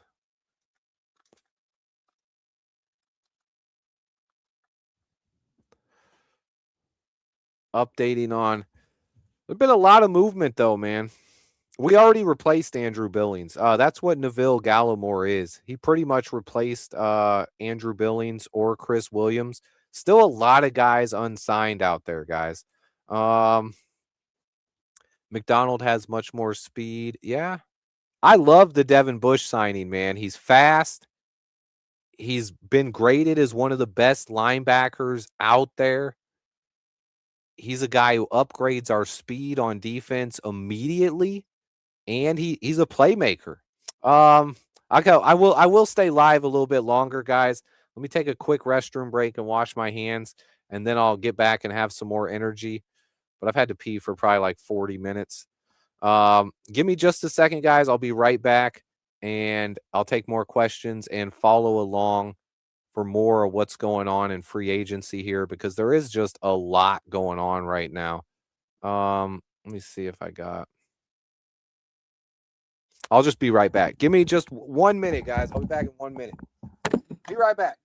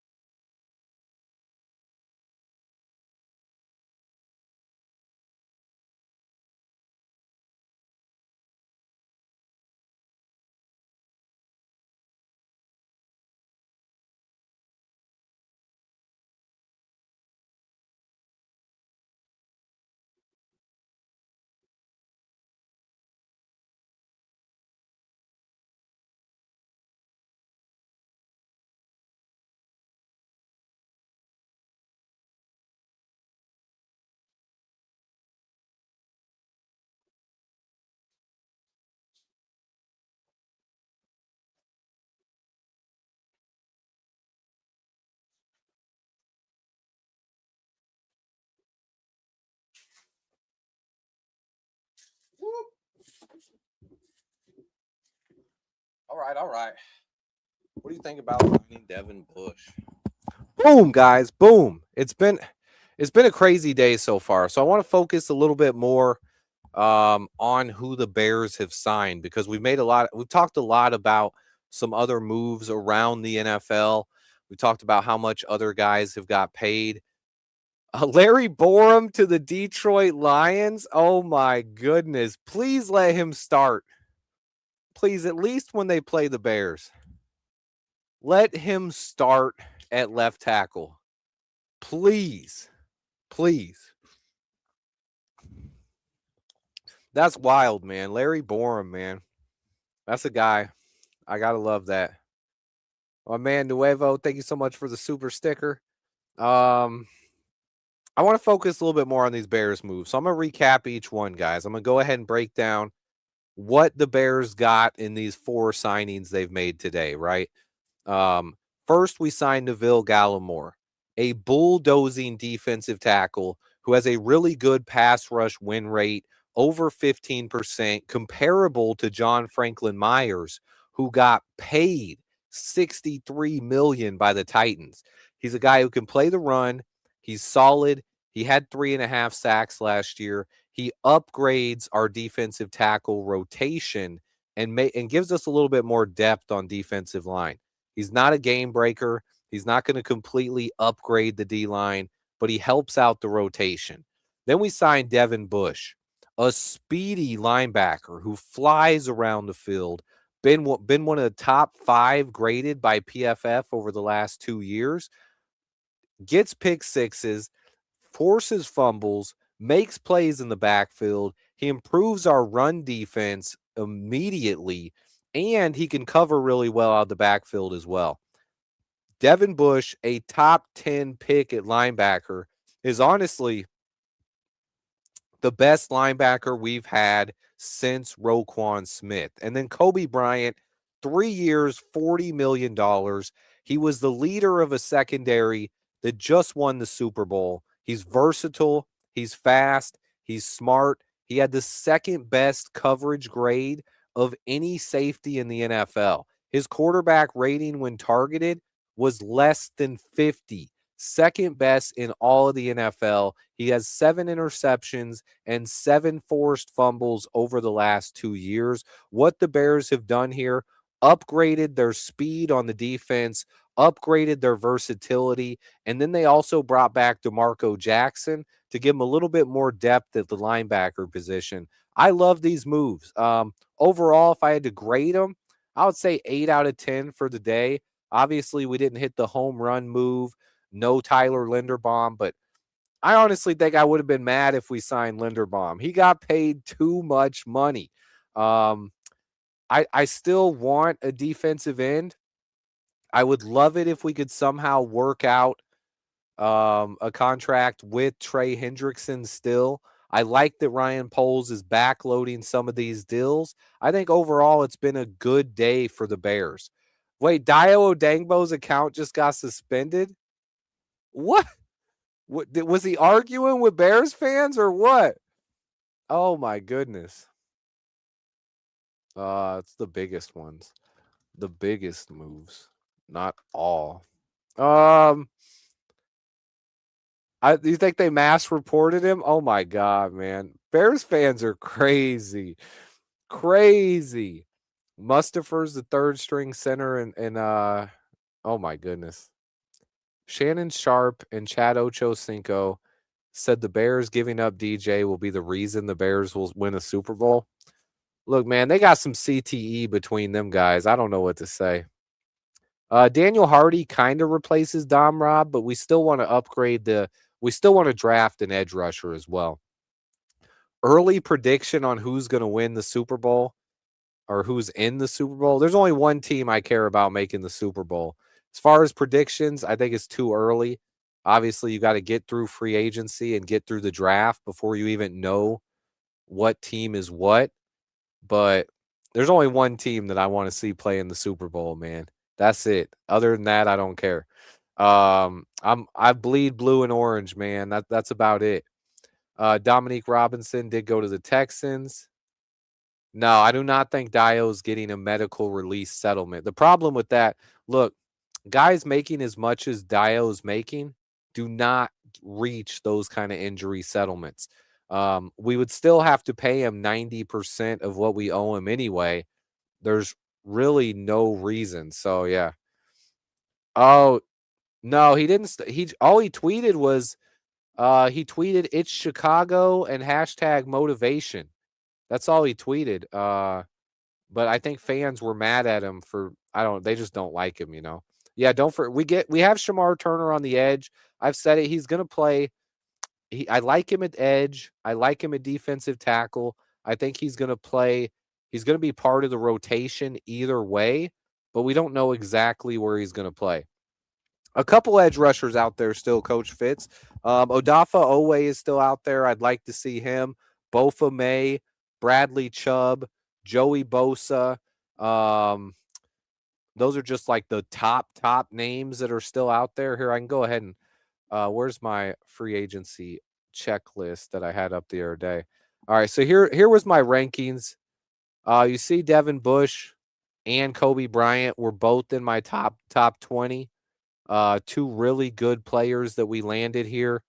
But guys who are still out there as edge rushers: Clavon Chason, Joey Bosa, Bradley Chubb, Boye Mafe, Odafe Oweh, and Trey Hendrickson, all still available. So you got to wonder, with how many quality edge rushers are still out there, how many teams have the cap space to sign each one of those guys? One of those guys, at least, maybe two, are going to have to take less money. Not because teams spend big in free agency, right? But not every team has the money to overspend. And a lot of teams are already capped out, or there were teams that were over the cap already. So, yeah, Bosa's had a lot of injuries, so he's a guy, hey, maybe he's going to take a super cheap deal. Yeah, Jonathan Allen and Jonathan Hargrave were both released by the Vikings. The Vikings cut both of their defensive tackles. I know that Franklin Myers was signed. Did you not see the graphic I had up here before that? Come on, man. I've had this graphic up for the last 2 hours. It has John Franklin Myers' contract right there. 3 years, $63 million. But I was showing you my pre-free agency rankings really quick so we could take a look at the edges that are still available. And there's a lot of edges still. Bradley Chubb, Odafe Oweh, Boye Mafe, Joey Bosa, Kwity Paye, Clavon Chason, and Trey Hendrickson. That's 7 edges still available here. And then you look at the other guys. 8 is going to be AJ Epineza. 9 is going to be Arnold Ebiketie. Looking at number 10, Joseph Asai signed a big deal. Kingsley and Arden Key signed deals. Your 10th edge rusher available right now is Al-Qadim Muhammad.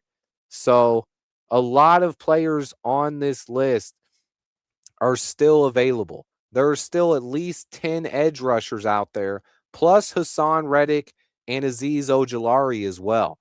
So probably about 10 to 12 edge rushers who could still help as a rotational piece. I expect the Bears to get at least one of them. It's all good, Alex. I was just trying to say, I don't know you guys. I just had that up there. But yeah, Bears are adding a lot of speed to the defense. My man Abe Lincoln in the building. We're getting better on defense as well. I think we're going to be able to sign at least one of those 12 edge rushers on a value contract. Maybe we're not going to be able to get Trey Hendrickson, but I think we're going to be able to get an edge rusher. Chase Young from the Saints is not available. He signed a 3-year deal with the Saints last year, and they absolutely love what they got from him. So, no, he's not available at all. Chase Young, he was a free agent last year. We could have signed him instead of Dio Odangbo, but he is not available this year. I love what we've done in free agency. I think, honestly, Kobe Bryant and Devin Bush, when it's all said and done, you're looking 5 years from now, those are guys who could end up being two of the better free agent signings that Ryan Poles has ever made. I think both of those guys, quality players in the prime of their career, their best football is still ahead of them. I think they're great signings by the Bears, to be honest. Yeah, I mean, we could wait. Like Kay said, we could wait until even some of these guys aren't going to get signed until after the draft, even. So we could wait on a veteran edge, wait for the market to dwindle down a little bit, and then offer a guy a contract, a value contract in a month or so. I would love to see two of our first 3 picks go to the defensive line. You can't rule out safety, can't rule out left tackle, but I think two of our first 4 picks, let me say that, should go to the defensive line. I would love to see that, but I've also wanted to see that last year. I wanted some defensive line, and we went offense. So, I mean, I've wanted defensive line for a long time. I think this draft, it actually fits really well with our needs because that is a position we need. Hey, my man Plank says he's heading home. Great live stream. Almost 4 hours we've been here. It doesn't feel like 4 hours. The time kind of flew by. I'll obviously have to make a quicker take because a lot of my subscribers don't want to sit here for 4 hours to find out how I feel about these new guys. So after I end the live, I will have a shorter video coming out breaking down my thoughts, and obviously I'll have some good stats and information in there for you guys as well, breaking down our new signings: Kobe Bryant, Devin Bush, Neville Gallimore, and DeMarco Jackson. Yeah, Cam Jordan's another guy that I think I've talked about it a little bit here. Shout out, Ken. They are in the position to take best player available this year. I love that. But yeah, Cam Jordan is a guy I believe he would be a good fit, man. I think he'd be a good fit at this. Where we are right now, as far as how much money we've already spent, and we could use a veteran edge rusher. I think if you sign Cam Jordan and you draft a rookie defensive end, I think that really helps out our defensive line. I would be super fine with that. Coming into free agency, obviously I wanted Trey Hendrickson, but I would be fine with Cam Jordan at this point. Considering the money we've spent at safety and linebacker, I think Cam Jordan would be a really good fit. Yeah, and then you draft a center, you draft a left tackle, you draft another safety, and then you draft a little bit more help on the defensive line as well. 2 of the 3 have to be safeties. I don't think you have to draft 2 safeties as long as we bring back a guy like Jonathan Owens. Yeah, Cam Jordan, he's 37, but he had 10 sacks last year. He's played with Dennis Allen most of his career. I don't think it's bad. I don't think it would be a bad signing. Yeah, it might have been 9.5, but he had right around 10 sacks there. No, Poles has made big moves on day one before. I think a couple years ago he signed Tremaine Edmonds, DeAndre Swift, and a couple value guys on day one.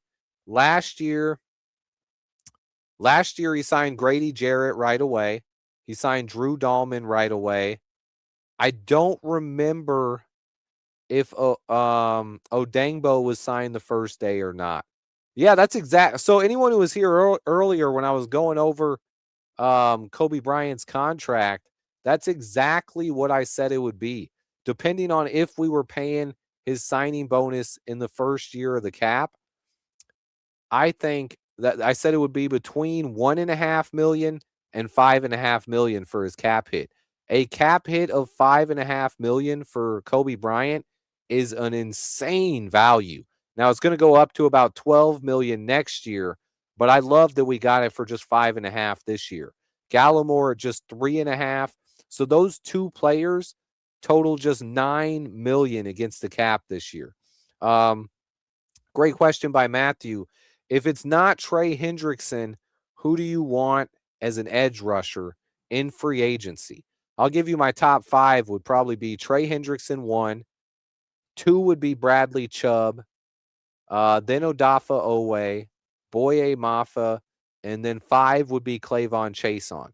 And then the 2 guys after that, after my top 5, it's going to be Joey Bosa or Cameron Jordan as kind of the value guys. I think we could probably get those guys a little bit cheaper if you're talking about Cameron Jordan or Joey Bosa because of his injuries. So if we miss out on all 5 of my top 5 guys, I wouldn't be mad at getting Bosa or Cameron Jordan. But I do want to add another edge. I just think you can never have too many pass rushers. This is something we continue seeing throughout the NFL. You need more pass rushers on your defense. Yeah, Deion Bush was our I'm sorry, I said Deion. I read what you said. Deion Bush is a safety we used to have. Devin Bush was our last signing. Yes, we haven't signed anybody since then. I mean, he would have led our team in sacks last year. I don't know if he's washed. Of course he's 37, but you're not expecting him to be a starter. We'd still have Montez Sweat. We'd still have Austin Booker. We'd still have Shamar Turner. We'd still have Dio Odengbo. And I would still expect us to draft a guy too. So he would just be part of a 4 or 5 man rotation. At that point, if you have a guy who had 9.5, 10 sacks last year as your 3rd or 4th edge rusher, that's not bad. And that's better than what we've had. Comp picks should be announced. All good, KP. Comp picks should be announced by Wednesday. Once we get to the new league year, Wednesday at 4 p.m., I expect them to be announced at the latest by March 12th, which I think would be Thursday. So we might have to wait till Thursday, but we should find out this week if we get those comp picks. So that's something to keep an eye on as well. Yeah, I love Austin Booker. I think we just need more bodies. We need more help at the pass rush. And yeah, look at that, man. Cam Jordan had as many sacks last year as Max Crosby did. But he's washed. Yes, he's old, and he's not going to be a long-term solution. But if you're talking about you're going to draft a guy too, and you just need a veteran to come in and help, not a bad option there, especially if you can get him cheap. Yeah, I think Trey Hendrickson would be awesome on this defensive line. Will you riot if we don't get the picks? Look, if you guys are behind me, then yeah, we should riot. I do think that's something we should do. That's something I believe we could do. But guys, it's been almost 4 hours of talking free agency. I love every single person that was in the chat today.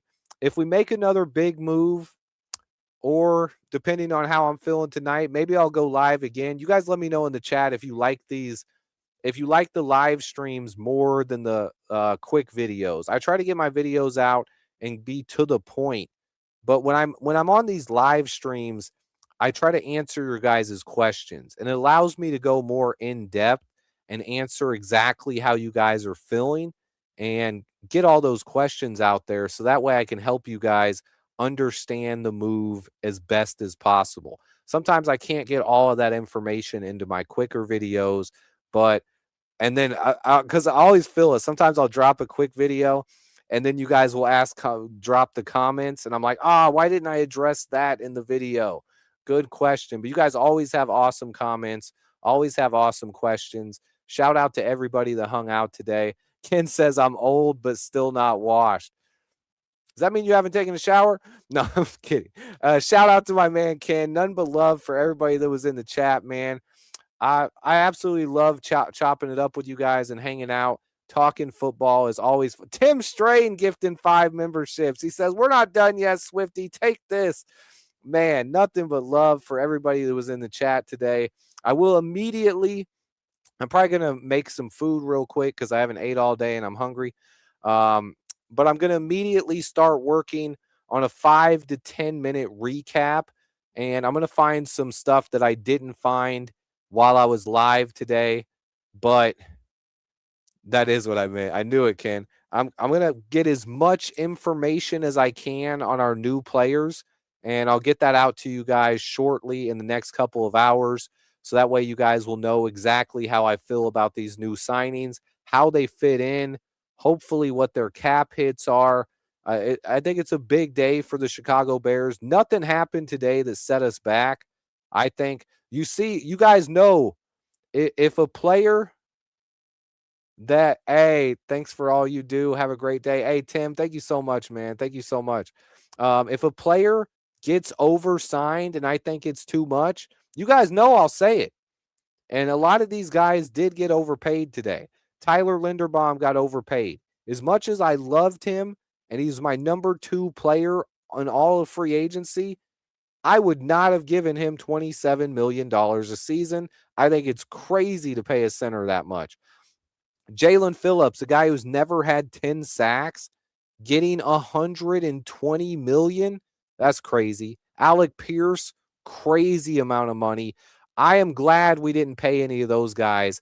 Those are the kind of moves that mess up your salary cap in the future. The Bears didn't do anything like that. The Bears signed some young players whose best football is still ahead of them and guys who are going to make this defense faster and younger. I think overall was a great day. Nothing but love to everybody in the chat. I appreciate you guys.